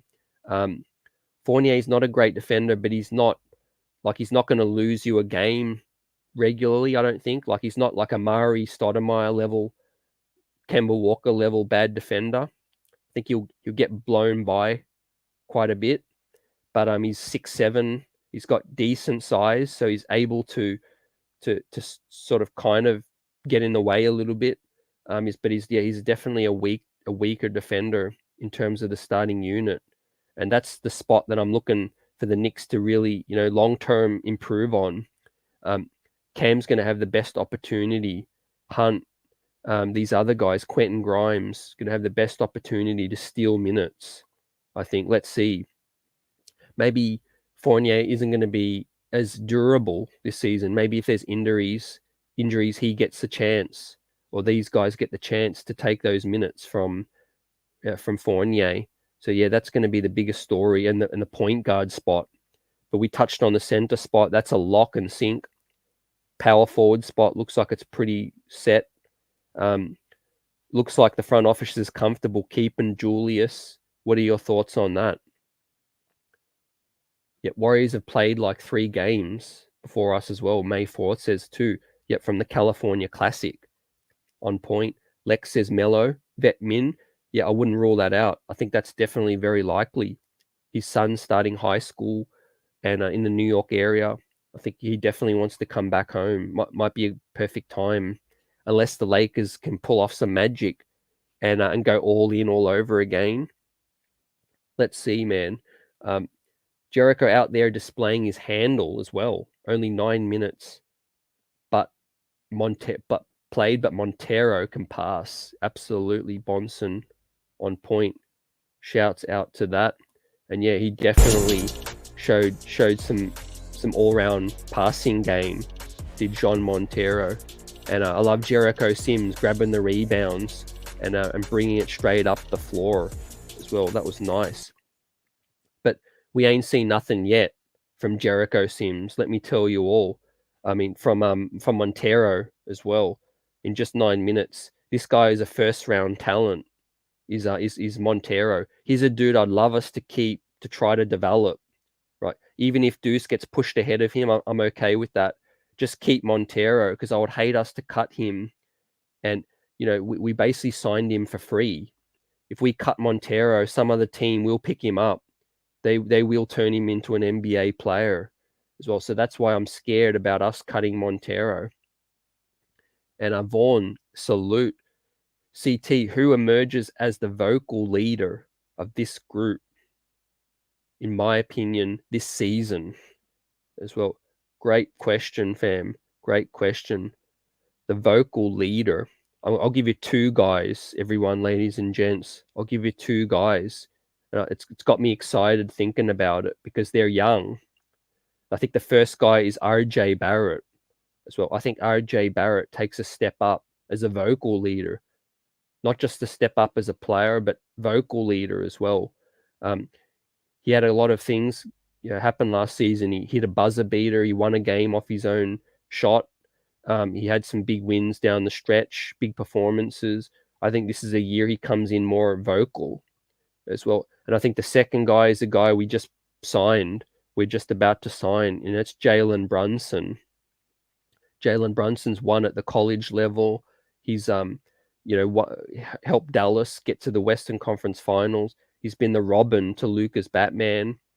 And I think those two are going to be a bit more of the vocal leaders up in this piece. Two of the dudes that are the most invested in the Knicks' future. If you talk about investment in the Knicks' future, RJ Barrett, soon to be hopefully extended and be that future building block. And also Jalen Brunson with family roots here, with Leon family, Rick Brunson on the coaching staff, spurning the Dallas Mavericks for that 5th year. I think Jalen Brunson, he has a lot riding on his legacy, turning this thing around in New York. So yeah, I think those two guys are going to come in here more vocal than anyone. Julius is just a quieter dude by nature, and I don't think Julius is going to be that vocal leader at all.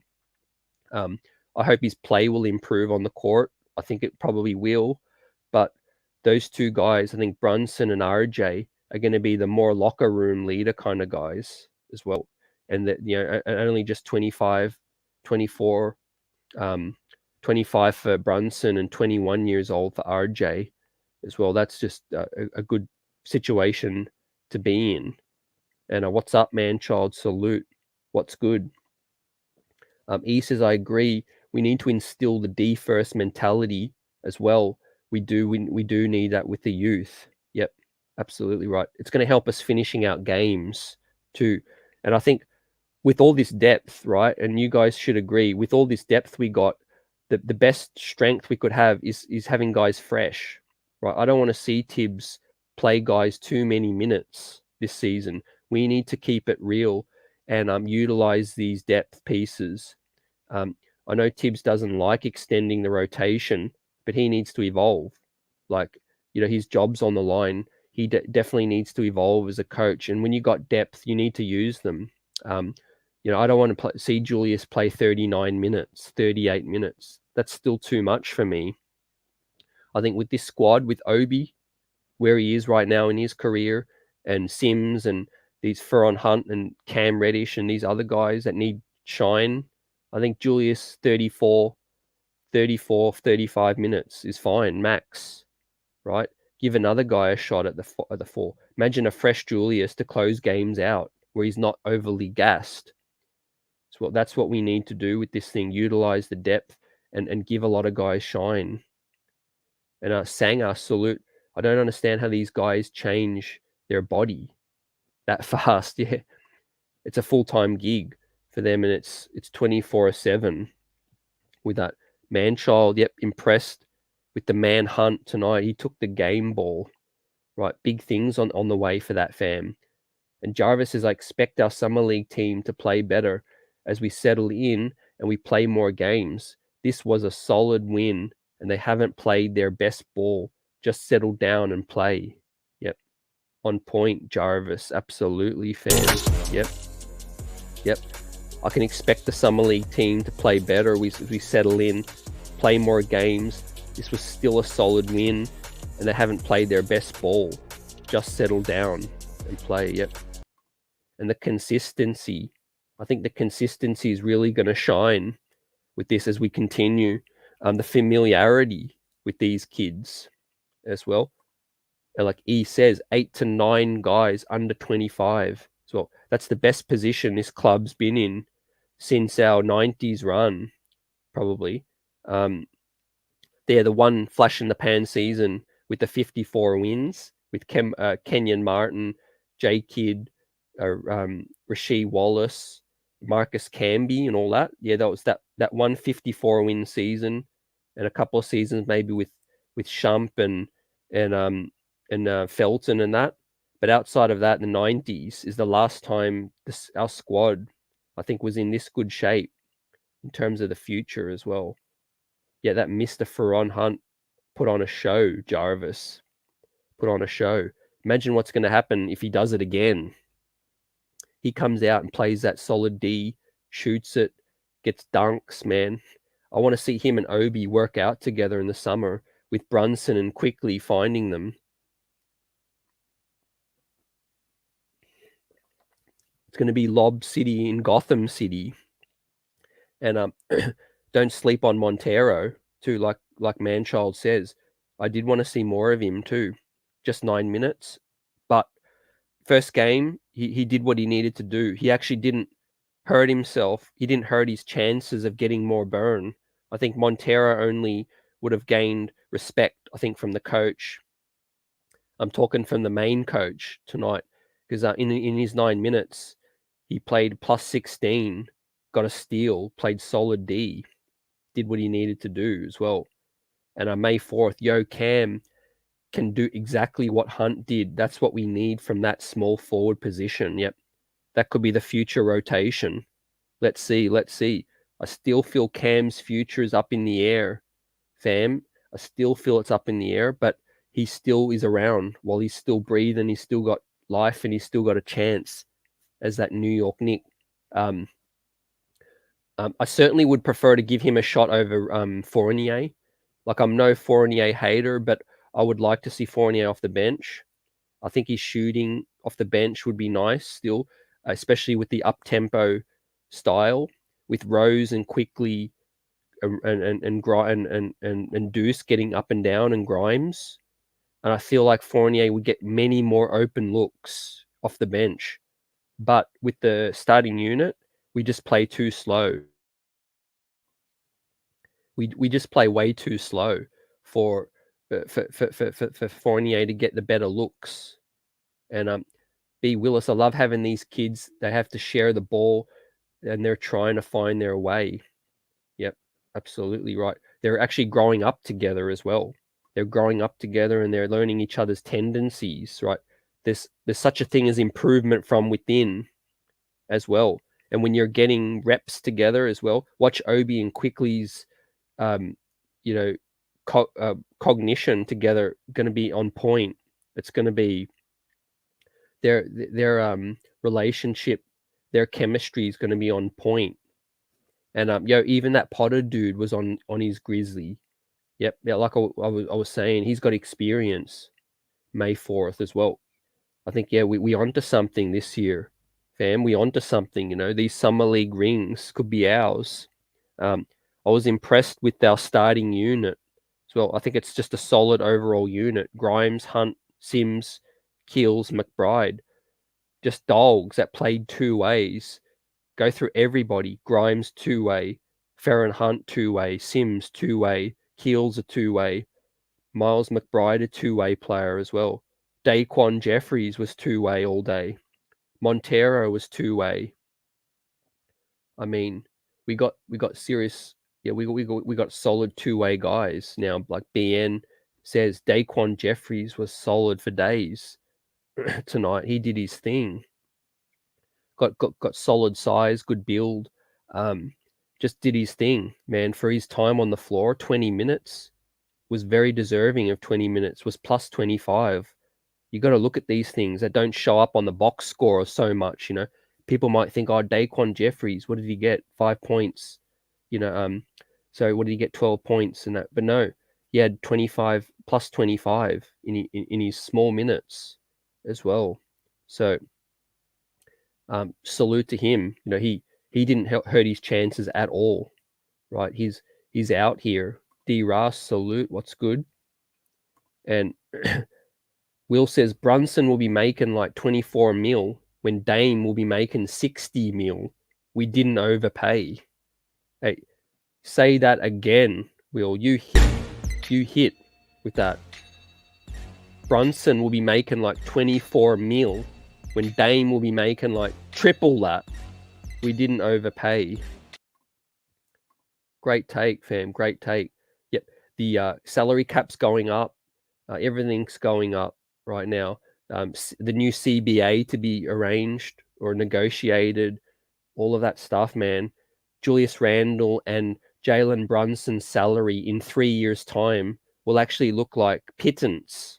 It'll look like chump change, right? If they're just playing decent ball on the 25 to 27, 29 mil, that's chump change. I mean, I always keep mentioning this guy's name, but Tobias Harris, right? Philly's trying to get out of Tobias Harris. He's making 40 mil, right?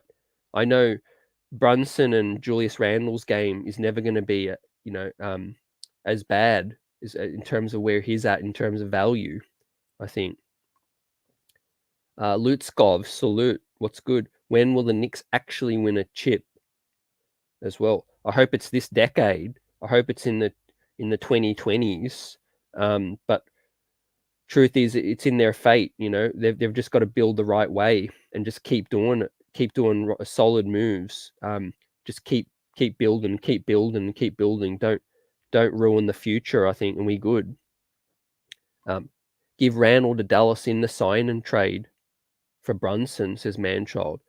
I think that wouldn't get us the best value for Randall, but yeah, I could certainly see why a lot of fans want to get rid of Randall, open up minutes for Obi. It's by far the biggest storyline going into the season. And yet Knicks for the 2022 Summer League champs up in here, right? Presenting the rings to Deuce McBride, Quentin Grimes, get a ring before Melo. Right. You watch Melo run on CP3 run on the floor to snatch their ring. Yeah, Jarvis, you hit with that one. Warriors did play 3 games, and this was our first. And Manchild, I like Montero over Deuce as well. I'm the biggest Montero fan too, fam, as well. I think there's big things in store for Montero. I'm trying to tell everybody, just don't sleep. Don't sleep on Montero, right? In the small minutes, you could see when a player belongs, is out there, and he did his thing. Couldn't do nothing. We was all over the place. Warriors must have hit like 15 tough shots on perfect D at the very least. 15. Can't play the shot no better as well. Yep. On point May 4th. And Montero does need some soul food to bulk up, man. You guys need to. We'll get in his DMs. You guys let me know the hottest spots in New York for him to get his soul food in as well, so he can get in. But yeah, Montero, when he gets stronger, all jokes aside, I feel like he's definitely going to be even better finishing. Now, we saw him get blocked. Someone hit him at the rim, and he was just like a dude that bounced off of him. But yeah, he's definitely going to get better with that piece. Appreciate the mods taking care of biz. The best chat in the biz. Let's get it. The best fan base. Warriors came out with the full court press. We was not phased at all. May 4th. Yep. We got some guys that can run point now. And I like how we did it by committee too. Even Grimes, dribbled the ball up, got decent handle at the 2 spot. Jericho Sims flash some dribble. So that's what I like. That's what I like. Tarek, damn, Randall lost mad weight. He training angry. Y'all put those mean girl antics aside. He is unrecognizable. Yep, on point, Tarek.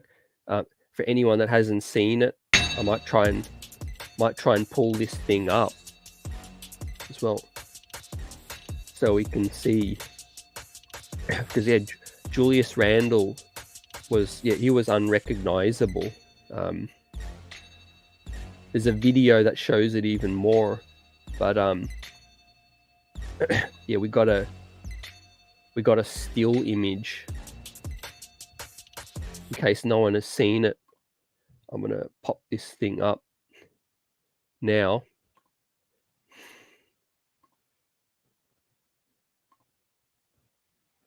Yep, as you can see there, he is slim, like real slim. Is Julius, but shout out, like, again, like I was saying, there was no way he could go down any lower. There's no way Julius could have had a lower season. He hit rock bottom. I mean, yeah, the only way is to come back for Julius. You know, any dude with pride, with work ethic, all of that. The dude got abilities. I mean, say what you want about his mannerisms and the way he handled himself, but yeah, Julius Randle needs to be coached better for this team. His abilities need to be put in line to help the team more. But in terms of Julius's ability, he's our all-star. He's our last all-star since since Melo, or who was the last all-star before Julius Randle, basically. He was KP as well, and that tells us something, ladies and gents. That tells us something. It was KP. Hopefully he comes out beast mode. Yep, all the way. I've not seen Randall this slim. I mean, you could see the image. There's a video where he looks even slimmer. He's borderline gaunt with that situation. And yet Vaughn on point. Feron Hunt giving us Trevor Ariza vibes. Well, man, if he can be that 3-and-D wing for this team, that'd be a steal off the scrap heap as well. Salute. No wonder they were quickly to move on from the other dude I was hyping up last season, which was the Luka Samanic. Remember, we swiftly gave the two-way spot from to Feron Hunt when Luka Samanic up and left as well. He had plantar fasciitis. He couldn't get his foot right. Big shiesty as well. Yep, on point as well. Yep, RJ will be that all-star this season, right? I think that's a huge chance. I think he has to get plenty of on-ball reps and plenty of shots late in the clock as well. He has to have a big role for this team, fam. But I think, yeah, RJ is our next in line, or Brunson, obviously. In fact, what a way to silence people, shut people down. If RJ and Brunson become all-stars this season, imagine that. Brunson, RJ, and then Julius bounces back as well. That could be our new three-headed monster up in this thing. And B. Willis, the league trying to scam us for Jalen because we got all them picks. Yeah, I don't think the Knicks front office is too worried. I think they're just they're moving. You know, they're moving and they're doing their own thing. You know, they're getting their guys, they're getting their targets. Crazy. Randall looks like his face was photoshopped on someone else's body. Yeah, for real. Tarek. Again, he's always had crazy obsessive work ethic, but man, he's just taken it to another level. Right? Again, that anger, taking out that anger in the gym, hitting the punching bag, hitting the weights. I think hitting the treadmill as well out there in Dallas, the Dallas Heat. In Randall's mind, that needs to be in shape. Yep. Randall playing the three solves everything. New Yorker with it. That's a good point. He just have to play slimmer. Obviously, you have to keep that weight down. But I think I think Obi and Randall need to play more minutes together, right? We need to find a way, whatever way possible, if Randall's still here, because I can't take another lost half season with those two not playing with Obi not playing more minutes as well. With that situation, those guys just need to play way more minutes. And Manchol RJ was voted second behind Edwards to win the most improved player this coming season. Wow. I've not seen odds, fam, but I'm definitely going to check that out. If RJ can get, is second voting favorite to get most improved, that's insane. But smart people, work ethic, all of that sticks out. You've just definitely got to be back the dudes that eat, sleep, and live and breathe basketball up in here.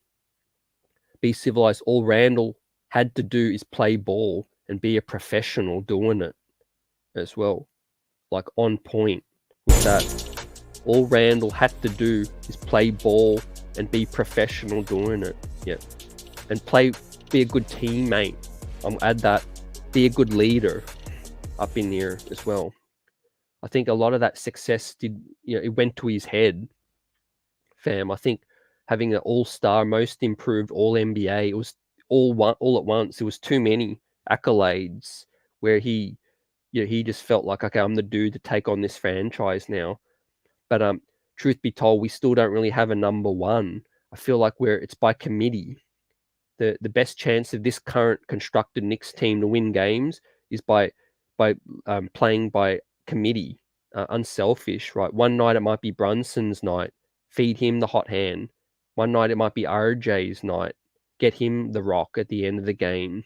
If it's Randall's night, get him downhill, et cetera, right? We put a lot of heat on players, but we actually, in my opinion, we need to put a bit more heat on coaching, on front office and coaching staff, because they put all these dudes in positions, right? If Julius was acting up or missing the open man or taking ill-advised shots or not playing D, who holds that accountable? Well, players don't hold themselves accountable. It's the coach, right? The coach needs to get these guys in positions and push the right buttons, right? Tom Thibodeau has been around for this game for 30, 40 years, right? He's seen it all. He's seen players come up. He's seen players decline. I mean, this guy should be held accountable because he knows when a player is failing themselves, right? He needs to save them as well. And we know Tom Thibodeau can't coach forever as well. So he needs to fix this thing this year and leave on the right note and create a legacy here as well. Get back to playing solid D, flash some more wrinkles offensively, all of that. Like B. Willis says, we just need to get Randall back to playing that bully ball, right? Facts, right? Bully ball in New York City as well. Not let his feelings and emotions, control everything, fam, like he's been doing in the past, has Julius. I appreciate his passion and all of that, but he definitely lets things get to him, does Julius as well. I feel that's a situation where he lets things get to him. Well, remember that Brooklyn game, the Cam Johnson game, when he went back and forth with him. You went back and forth with Jay Crowder. You love that passion in Julius, but he just needs to do the right thing for the team, and that the coach hold that accountable. So Rick Brunson, New Yorker, says can help Randall's mental state, and Jason handling ball prevents Randall turnovers as well. And a Mikey D salute. I heard Ian Begley say he's heard Randall is open to being on the floor with Obi at the same time. I would like to see Randall shift to the 3 and Obi at the 4 and RJ at the 2. So, yeah, like you said, man, on point. Whether it's that lineup or whatever, it needs to get more creative. Tom Thibodeau needs to get more creative with these pieces. We have tools at our disposal. And especially with guys like Feron Hunt, Cam Reddish now, use these guys, man. Use them in practice. Get in them. Get them hungry. Pushing each other. Tarek says, after seeing him, bro, I have zero doubts that he gets it together this season. I know what type of training is. You against the world. It's pain. It's tears. Proving people wrong. As well, absolutely on point. Tarek as well. Yep. A motivated player is going to come back a better player as well. He got motivation. Just like he had motivation to come the comeback when he got all NBA, when he got all-star, when he got most improved, right? What fueled him coming into that season? It was the down year before that. And I feel like he's going to come back, a better player this season, right? He's got more support as well. We've all had a job where we're the ones pulling all the slack, right? Now we got Jalen Brunson up in here. There's no excuses for Julius, no excuses. He's got to carry us. I mean, Brunson was a qualified number 2 Robin to Luka's Batman out in the wild, wild west. So right now, you got RJ that's rising, can take over games. You got Brunson that can close games. And you got Julius. Some nights he could fall back into the third role, right? Sometimes he could be Alfred, you know what I mean? And then sometimes he could maybe be someone else, and then Obi comes into the fold as well. Yeah, I've got to check out FanDuel as well. Yep, let me put a sneaky few on that one on RJ for an all-star. Well, most improved. I'm gonna definitely look that up, fam, as well. Yep. Feron Hunt. I think Hunt can make the squad. Yep. What has me excited too, fam, is that fact that he's on a 2-way, so we don't actually have to force anything yet. He might force our hand with this another lights out performance from Feron Hunt, man. I'll be going to the NBA store to buy myself a jersey. I mean, man, talking about winning people over with that thing. And I know it's only one game, but what Feron Hunt did tonight is what we want Cam Reddish to be. Let's be real. We want Cam Reddish to be this Feron Hunt that we saw tonight, right? 17 points, 7 steals, use your length, your athleticism, get out, transition. And Feron Hunt didn't even shoot a J tonight, basically. He was basically 8 of 12, 66% from 2, and didn't shoot a single 3 as well. Shot 50% from the free throw line. But the seven steals really got me excited tonight, from Feron Hunt as well. Yep, I think he's definitely gonna put himself in the best position. And B. Willis Randle have to make these kids respect his game this year from the other teams. Yep, absolutely. He's got to win back some respect as well. He had it. It's not going to be too difficult. I think he can do it. He just has to win that back. So everyone can have a down year. I mean, go through the league. There was so many people that had a down year last season. It was like 2 years ago, Victor Oladipo was like a burgeoning superstar for people. TJ Warren was like a star 3 years ago. His stocks dropped because of the injuries and all of that stuff. So yeah, it's about hunger. How much pride have you got up in this piece? Dominic says, I've started to change my mind on Randall. I think he had some incredible bad luck shooting last season, and it got to his head because he works and trains so hard. I think a big improvement is coming. Yeah, absolutely, fam. A setback for the comeback. And like I said, he can't get any lower than what he had last season. If you think about it, literally everything went wrong. The fans against him, the shooting wasn't there. We all love to criticize if you're an all-star and you come back and you don't play well. He faced more heat as well. There's always going to be more and more heat. So, yeah, but Julius definitely, it's all the way up from here, I think, from where he was. Just get back to playing the New Orleans Julius is what I said in this squad. 18 points a night, 8 boards, 5 assists. Just play within the game, right? Don't dribble the air out the ball. Don't overlook teammates. Don't go ISO too long and slow the offense down. Just play your role. And I think we could be dangerous. I think we could be dangerous out here with these athletes, with this defense getting up. Yeah, we can get back to playing D, stopping teams from scoring 90 points. I mean, yeah, it's all about the coach. You've got to motivate these dudes. And I do think consistency as well is going to help. Think about it. If these guys come back all together, it's predominantly the same squad for like 3 years running now. If you think about it, with Mitch, with RJ, with Quickly, with Obi, with Randall, it's like the third year all these guys are returning. If they don't know each other's tendencies, then they're probably comatose, So there's going to be familiarity between a lot of these dudes. Fournier's got a pretty good IQ as well. I think Fournier could even beat his own record, if he comes back. I think. Yeah, man, the fans hate Randall so much. I don't understand it, but it is what it is. Yet I think it's just the passion and the fuel, and some people just don't like his game. See, Randall's game can look infuriating at times if he's not, in the right positions as well. But truth is, Randall's so versatile as a player. He's so talented.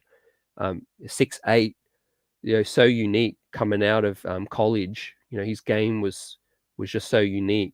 But Randall is a number one isolation scorer. It just didn't fit. It didn't fit. We didn't have the help as well last season. The coach didn't get him in the right spots as well. B. Willis, Randall can win these back through this play on the court. Yep, can win the fans back. Yep, absolutely, fam. Look, just because we boo and we do things like that, I don't think it means we hate the player forever. It's just us voicing our opinion, frustration at the time. But yeah, like you said, could easily win people back. I mean, he proved that. He was getting booed in 2019, and then Julius came back, a possessed man, and he did it. He did what he needed to do, and won all those awards. So, yeah, absolutely. I think, the frustration things is what he said to the fans, and he let his emotions get the check of him. And I think he was getting some attacks with his family on social media, a lot of those things as well. But I do think all can be forgotten. All can be forgotten if things step up. So in terms of free agency now, we've got Summer League buzzing. We've got one on the board. We've got the dub. So what's to come now? So the Brunson thing hasn't been finalized, and there's a clear-cut reason why that hasn't been finalized. We're still trying to figure out how are we going to do the Nerlens Noel and the Alec Burks trade as well. So that trade hasn't gone down yet. Nerlens Noel and Alec Burks, we need to shed that salary for the Jalen Brunson signing. Now, all indications point we're going to sign Brunson with cap space, so we are going to get below the cap to sign. We just got to figure out what we're going to do. Are we going to send more salary? Is it going to be a 3-team deal with Dallas, Detroit, and the Knicks? Look out for that in the next few days.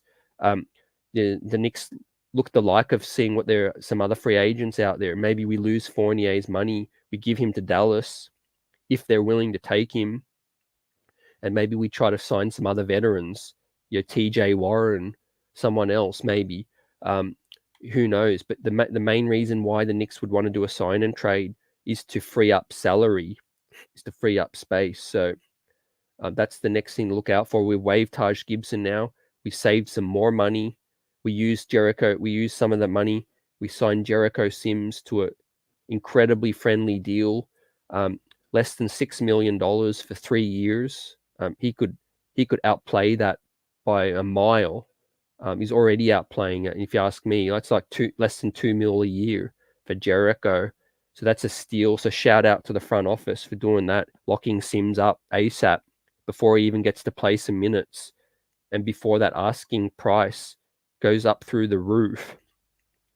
And then we see whether we have remaining cap space, and then we could sign some more veteran minimums. One name that I always say, wouldn't surprise me the most is Carmelo Anthony. Again, we said it about Brunson, the family ties, Leon Rose, CAA. Worldwide West, James Dolan. These guys are like brothers from another mother to Carmelo Anthony. So when all said and done, if Carmelo or his agent put in that phone call, it could still happen. Of course, he might want to stay out west and try to compete. So that's another thing. But yeah, veteran minimums. We might sign some more veterans, or we might just go more youth movement. It wouldn't really surprise me at this point. Then we've got the RJ extension to really lock in on. I'm expecting that to happen further into preseason at the earliest. And Cam Reddish, either if he's not traded in this preseason or summer, then I think he's definitely going to have a shot up until trade deadline as well. And like B. Willis says, Brunson will be getting Evan involved for the 3-ball, 3-dome to the head. I could definitely see Fournier shooting the rock even more better this season with better point guard play as well. When Randall was playing at an all-star level, the fans loved him. His game didn't change. It's just the shots weren't falling in, and his attitude made it worse. Yep. Your attitude is a big thing too, because we've seen players with down years, but if the attitude is right and the D, you're checked in and the D is there and all of that, we can live with it. As fans, we can live with dudes giving it their all. We know the shot's not going to always fall, but yeah. With that said, I think it's Randall's effort that really put off the fans, defensively. We know he's capable of so much more. The fact that he showed that he could play D as well. And I think that the coaching staff, again, they gave him a little too much leeway, just a little too much leash for that. But yet Julius Randle, he looks committed, man. He looks absolutely committed, as we see on the screen. A nice photo, by the way. It's just beautiful to see Obi quickly, Randall there smiling, enjoying the summer league with Kaiden, and of course killer Cam Reddish there as well. Cam's going to be, somewhat concerned a little bit. His future is up in the air. We all know what it's like to maybe have your future up in the air. It's a bit uneasy. Didn't get off to the best start in New York with Tom Thibodeau, not liking the trade and not giving him minutes. So, him and his agent, we don't know what they would prefer. Maybe I wouldn't be surprised if Cam wanted a different location. But New York City, maybe the trade with Fournier or something happens that opens things up for Cam as well, because he is potential. But in terms of tonight, it's all about the young players that showed out. We picked up our first win off solid D. We got back to the New York Knicks identity from 2 years ago, and that's what we need to do to improve this season, right? Make it hard for teams, get up in them. So, and I salute to the front office and the scouts for picking up solid role players for this purpose. Not guys that are going to jump off the page, dudes that don't get the shine nationally, like Kumingas and Moody's do as well. What our dudes do is they show up, they play 2A, they play D. I'll go through the list again. Quentin Grimes, 2-way player. Feron Hunt, tonight was 2-way. Jericho Sims, 2-way. Trevor Keels played 2-way, 4 steals. Miles Mcbride, we all know about him. Daquan Jeffries, we know about him now. John Montero, we know his name now as well. So, they're building something. They're doing some things. Not dudes that are flashy in name and getting the right things, but screw the national shade that we get for our young players, because we do see some flashes. We see some flashes. New York or Knox never had 7 steals, right? Yep. One side of the ball was Kevin Knox. That's the frustration. Tom Thibodeau, he could never win him over because he just could never establish consistency on the defensive end. That's plain and simple. What's going to get you minutes with Tom Thibodeau is playing the other side of the ball first and then fuel your transition. Could you imagine if Obi Toppin played tonight, if he this was his second year and he played tonight, or he played even next to Jericho with this Lob City next to Feron Hunt. I mean, the rim dam would have been rattled. The rim would have busted, I think, tonight with the amount of dunks that the oohs and the ahs from the crowd was nuts.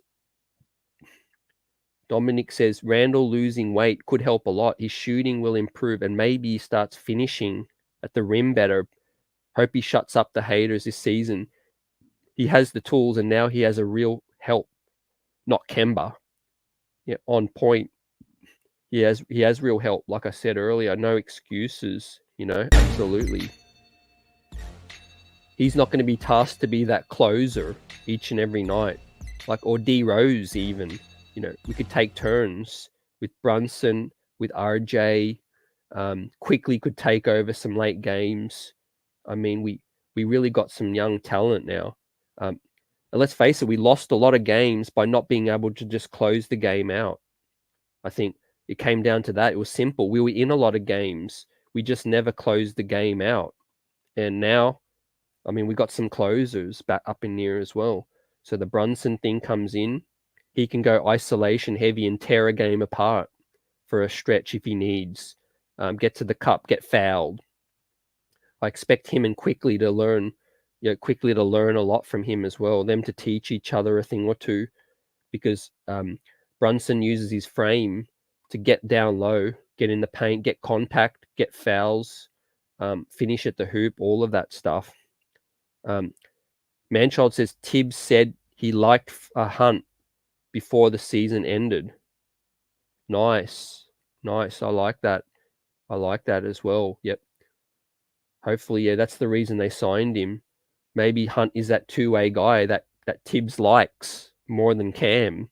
Maybe that's his preference. Let's see.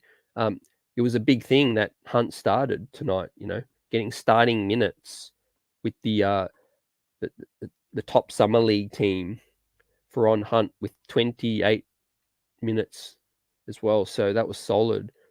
Look for those minutes to maybe even go up, the next game. And can we make a Knicks rule for this year, having no expectations for playoffs or play-ins, but expectations to improve, being realistic and managing blood pressure, LOL. Yeah, absolutely, Carrick. That's where I'm at. You don't see me overreact too much.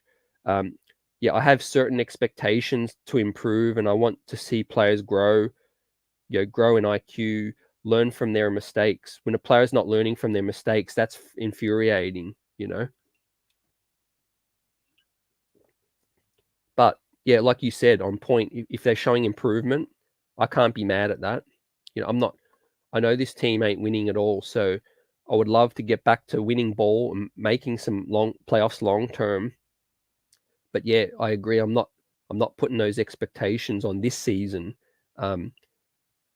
Do I think it'd be a failure if they don't make the play-in? If the players didn't show a lot of improvement and we didn't make the play-in, then there would be a failure. If we didn't make the play-in, but players showed a lot of improvement still, it may not be a failure as well. It's about improving. It's about improving. New Yorker says Raw called Hunt. I didn't know him. Huge surprise about how good he is as well. Yep. Absolutely, fam. New York Knicks Nation, fam, shedding light on players we like and things like that. He stood out tonight, man. He got a huge summer league ahead of him now. Good start to the year for Feron Hunt. Let's see him continue. Let's see it be consistent now. And I was impressed with Montero tonight as well. Like I've been saying, I think he is a talent and that I don't want the Knicks to lose. Even if he just stays in the G League and develops, I think he really pushed Deuce Mcbride. Deuce Mcbride got all the minutes tonight, but let's see Montero. Let's see what he can also do when he gets more burn.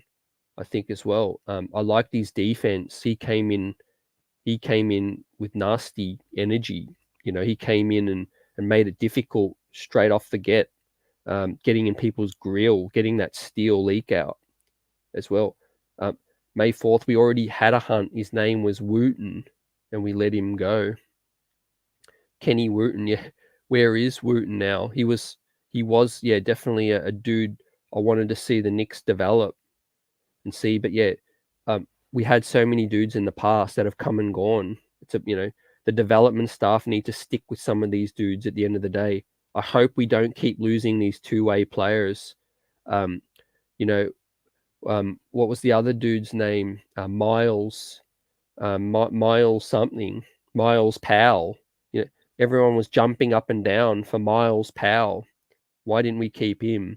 Lucas Samanic, I was hyping him up and thought he was going to be part of this thing, and we lost him. I just hope for stability now, and that we keep some of these dudes. We actually hit with one of them and we develop them and get them right. That's what we need to do, and this team's done their job. Wooten was with the Boston G League team. Yep.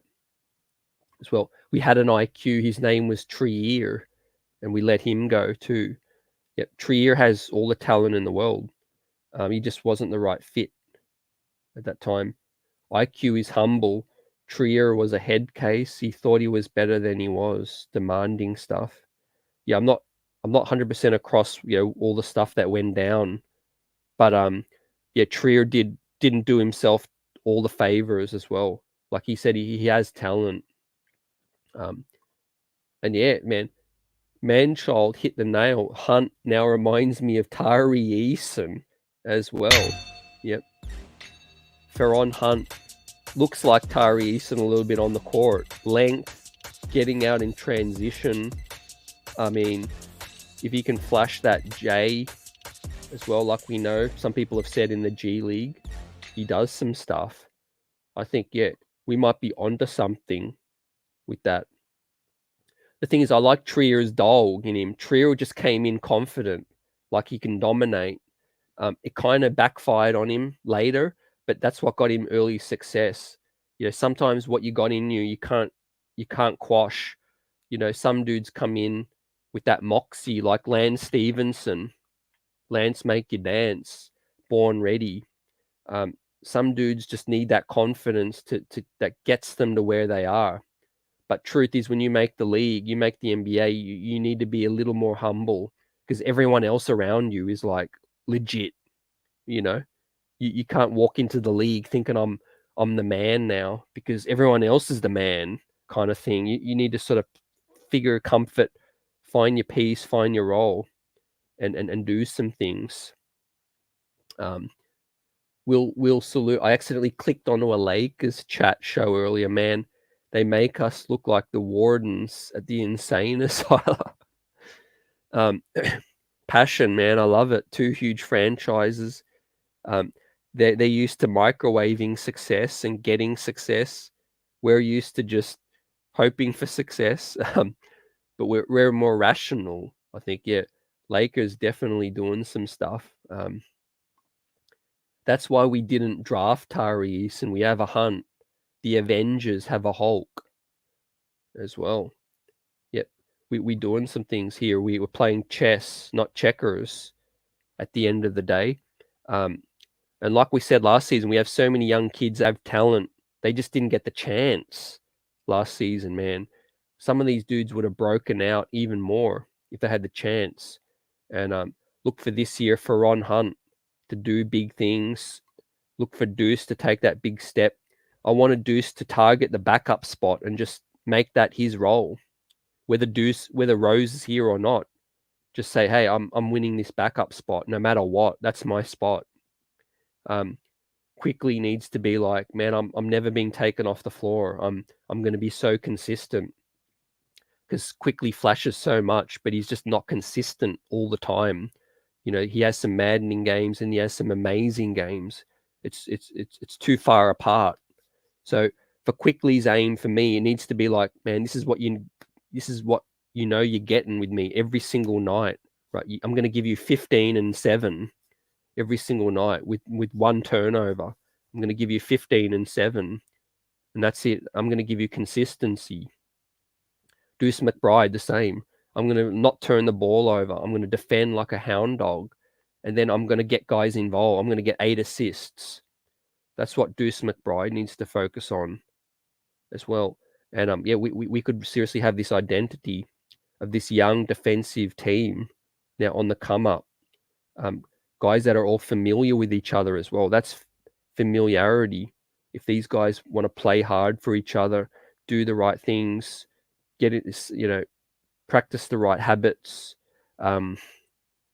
Shooting, I think shooting is an area of this team that could take us to the next level. If dudes can start shooting better, Obi being one of them, quickly starts shooting more consistently. If Cam's getting minutes and he flashes the 3, Hunt, Brunson is another huge one, catching off the catch and shoot, playing off the ball, because Brunson's going to have to play off the ball a little bit more as well, like he did in Dallas. Because with Randall, with RJ, Brunson should have most ball handling duties, but he can't play on ball all game. Not with Randall and RJ here. Like, those guys need the rock to be effective as well. So it's a little bit of a clunky fit with those 3 lefties as well. 3 lefties. They all need the ball. You guys tell me, how does this work? How do they figure it out with three lefties that all need to be on the ball or like to be on the ball? There's only one ball to go around, so that's why Fournier is pretty useful. I think Fournier is still pretty useful in the starting lineup. He can just get in a spot, catch and shoot, and drill it. RJ needs to improve with the catch and shoot. He's getting better and better and better, but he needs to improve as well. And Julius needs to understand he's not going to have the ball as much as well. Tarek says the Knicks front office knows their personnel, and so they draft accordingly. You have to watch the G League and college to know what you need as an organization. Most fans don't deep dive into the intel. I love it. You got to watch everything. You live, sleep, eat, and breathe. Tom Thibodeau watches everything. Right? He's got no partner, no kids, no life, just basketball. That's all he's doing. Yep. 4 lefties now with Hartenstein as well. Yep. That's insane, man. We need to come up with some killer schemes to counteract all this, fam. It's going to be fascinating to see what our offense looks like. And the one common denominator now is Rick Brunson. We obviously got Johnny Bryant still be here, but Rick Brunson's the new face. So we lose Kenny Payne, we lose Woodson. Bryant's still here, thankfully. I'm glad. Yeah, I wanted him to get a job, but I'm glad he's still here. And now we have Rick Brunson. I'm not sure what Rick Brunson's specialty is. You guys tell me. Is he offensive? Is he defensive?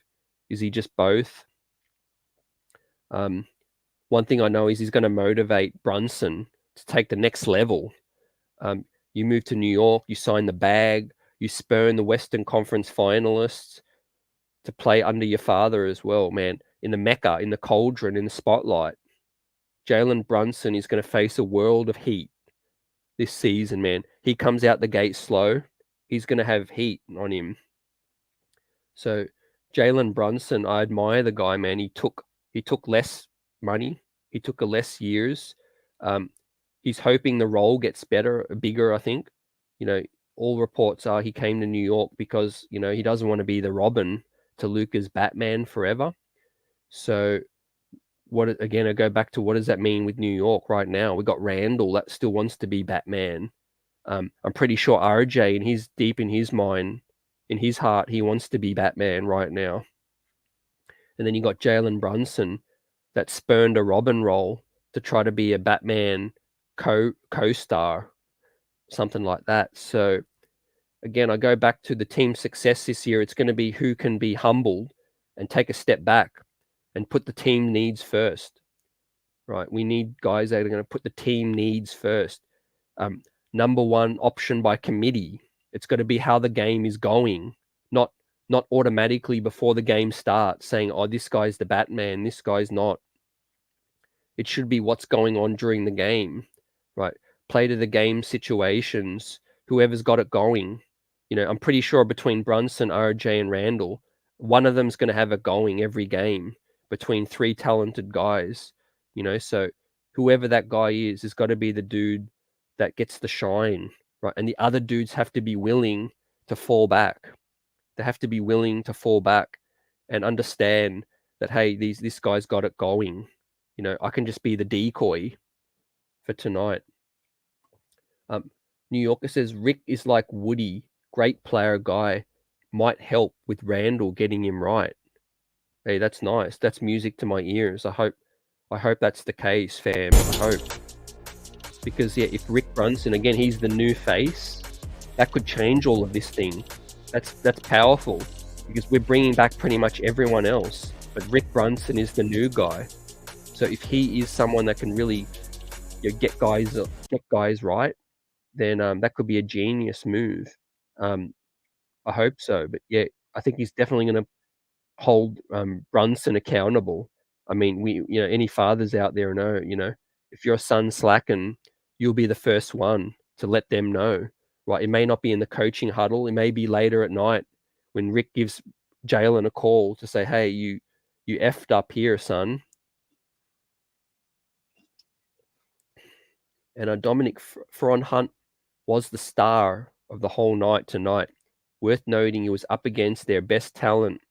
He made crucial plays to stop them and keep us in it. He's an ideal Tibbs type of guy. Yep, like on point. Like I said, I give him the MVP tonight. Although Grimes was awesome, Sims was awesome.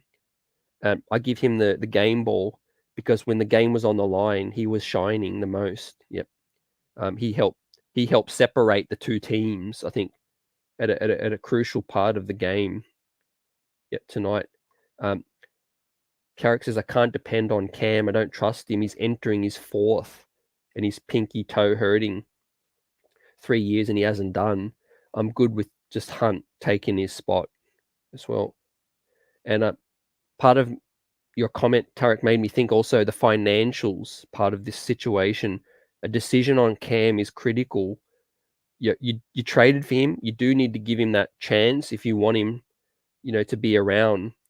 But if he balls out, it means paying him as well. So, if Feron Hunt or someone else is cheaper option, maybe that is something the front office really consider as well in terms of the financials, a part of this thing as well. He says, I feel like IQ can be that guy, and he hits, he fits. Yep. IQ can fit literally anywhere. That's why I love IQ so much. He's that just plug and play guy. He's going to get better decision making. He's going to be on the ball still if he can in that second unit. My most fascinating thing too, and we talk about the Randall Obi decision this year, is IQ and Obi together look amazing together. Is that going to be a situation where we separate the two and one of them becomes a starting player eventually, or both of them as well? Because you seriously shake up the bench look with IQ and Obi if you separate those two as well, because their chemistry, the D and all of that's off the charts. Manchild says, my ideal lineup is Brunson, RJ, Cam, Obi, and Mitch to start the season. Yep. That if I start taking bets, that would be the second most likely lineup. I think it'd be the one I'd be the most for, but it'd be the second most likely. The first one most likely, I'm going to say as of today, is Brunson, RJ, or Brunson, Fournier, RJ, Obi. I mean Randall, and Mitch. Sorry, but with Obi in there, that is ideal. With Randall still here, I still think you have Randall ahead of Obi if Randall's still here. 1 year removed from an all-star berth. But I definitely want us to be exploring a future with Randall somewhere else, because Obi, we drafted him. We need to make a decision on one of them. We do. Dominic, I hope Coach Brunson can bring back a lot of what we seem to lose after Coach Woody. Seems like we became more disorganized on offense, and some players' ego also started to show more as well. Yeah, that's what happens when you lose a key father figure, basically. Yeah. it's amazing how disciplinary Coach Thibodeau is, but he ain't really that father figure for people. He's good at grilling people and being, knowing what, setting expectations and players knowing what he wants. But yeah, he's really not that father figure kind of guy that people look up to as well. IQ is a spark plug. Great to have in anyone's arsenal. Yep, absolutely facts. Brunson and Quickly could be nice too. Yep, a blend of shooting with the playmaking as well. Yep, there's a lot of different lineups, man. We could stagnate and we could move about. We could switch different lineups. We could do a lot of different things this year, right? There's a lot of things. Yeah, and going back to tonight, the key man of the game, Feron Hunt, MVP, 6'8", perfect size for that small forward spot. Yep, this is what we've been needing, ladies and gentlemen.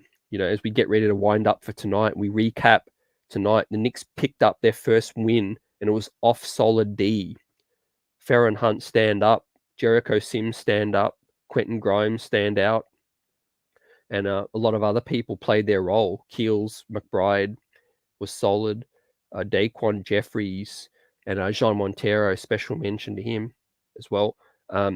We have a lot to look forward to is the next game on Sunday versus Chicago, back-to-back, first game of back-to-back, then with Portland as well. Then we play Orlando, and then we have the fifth game, which is to be announced as well. So I'm just happy these young kids are getting their burn.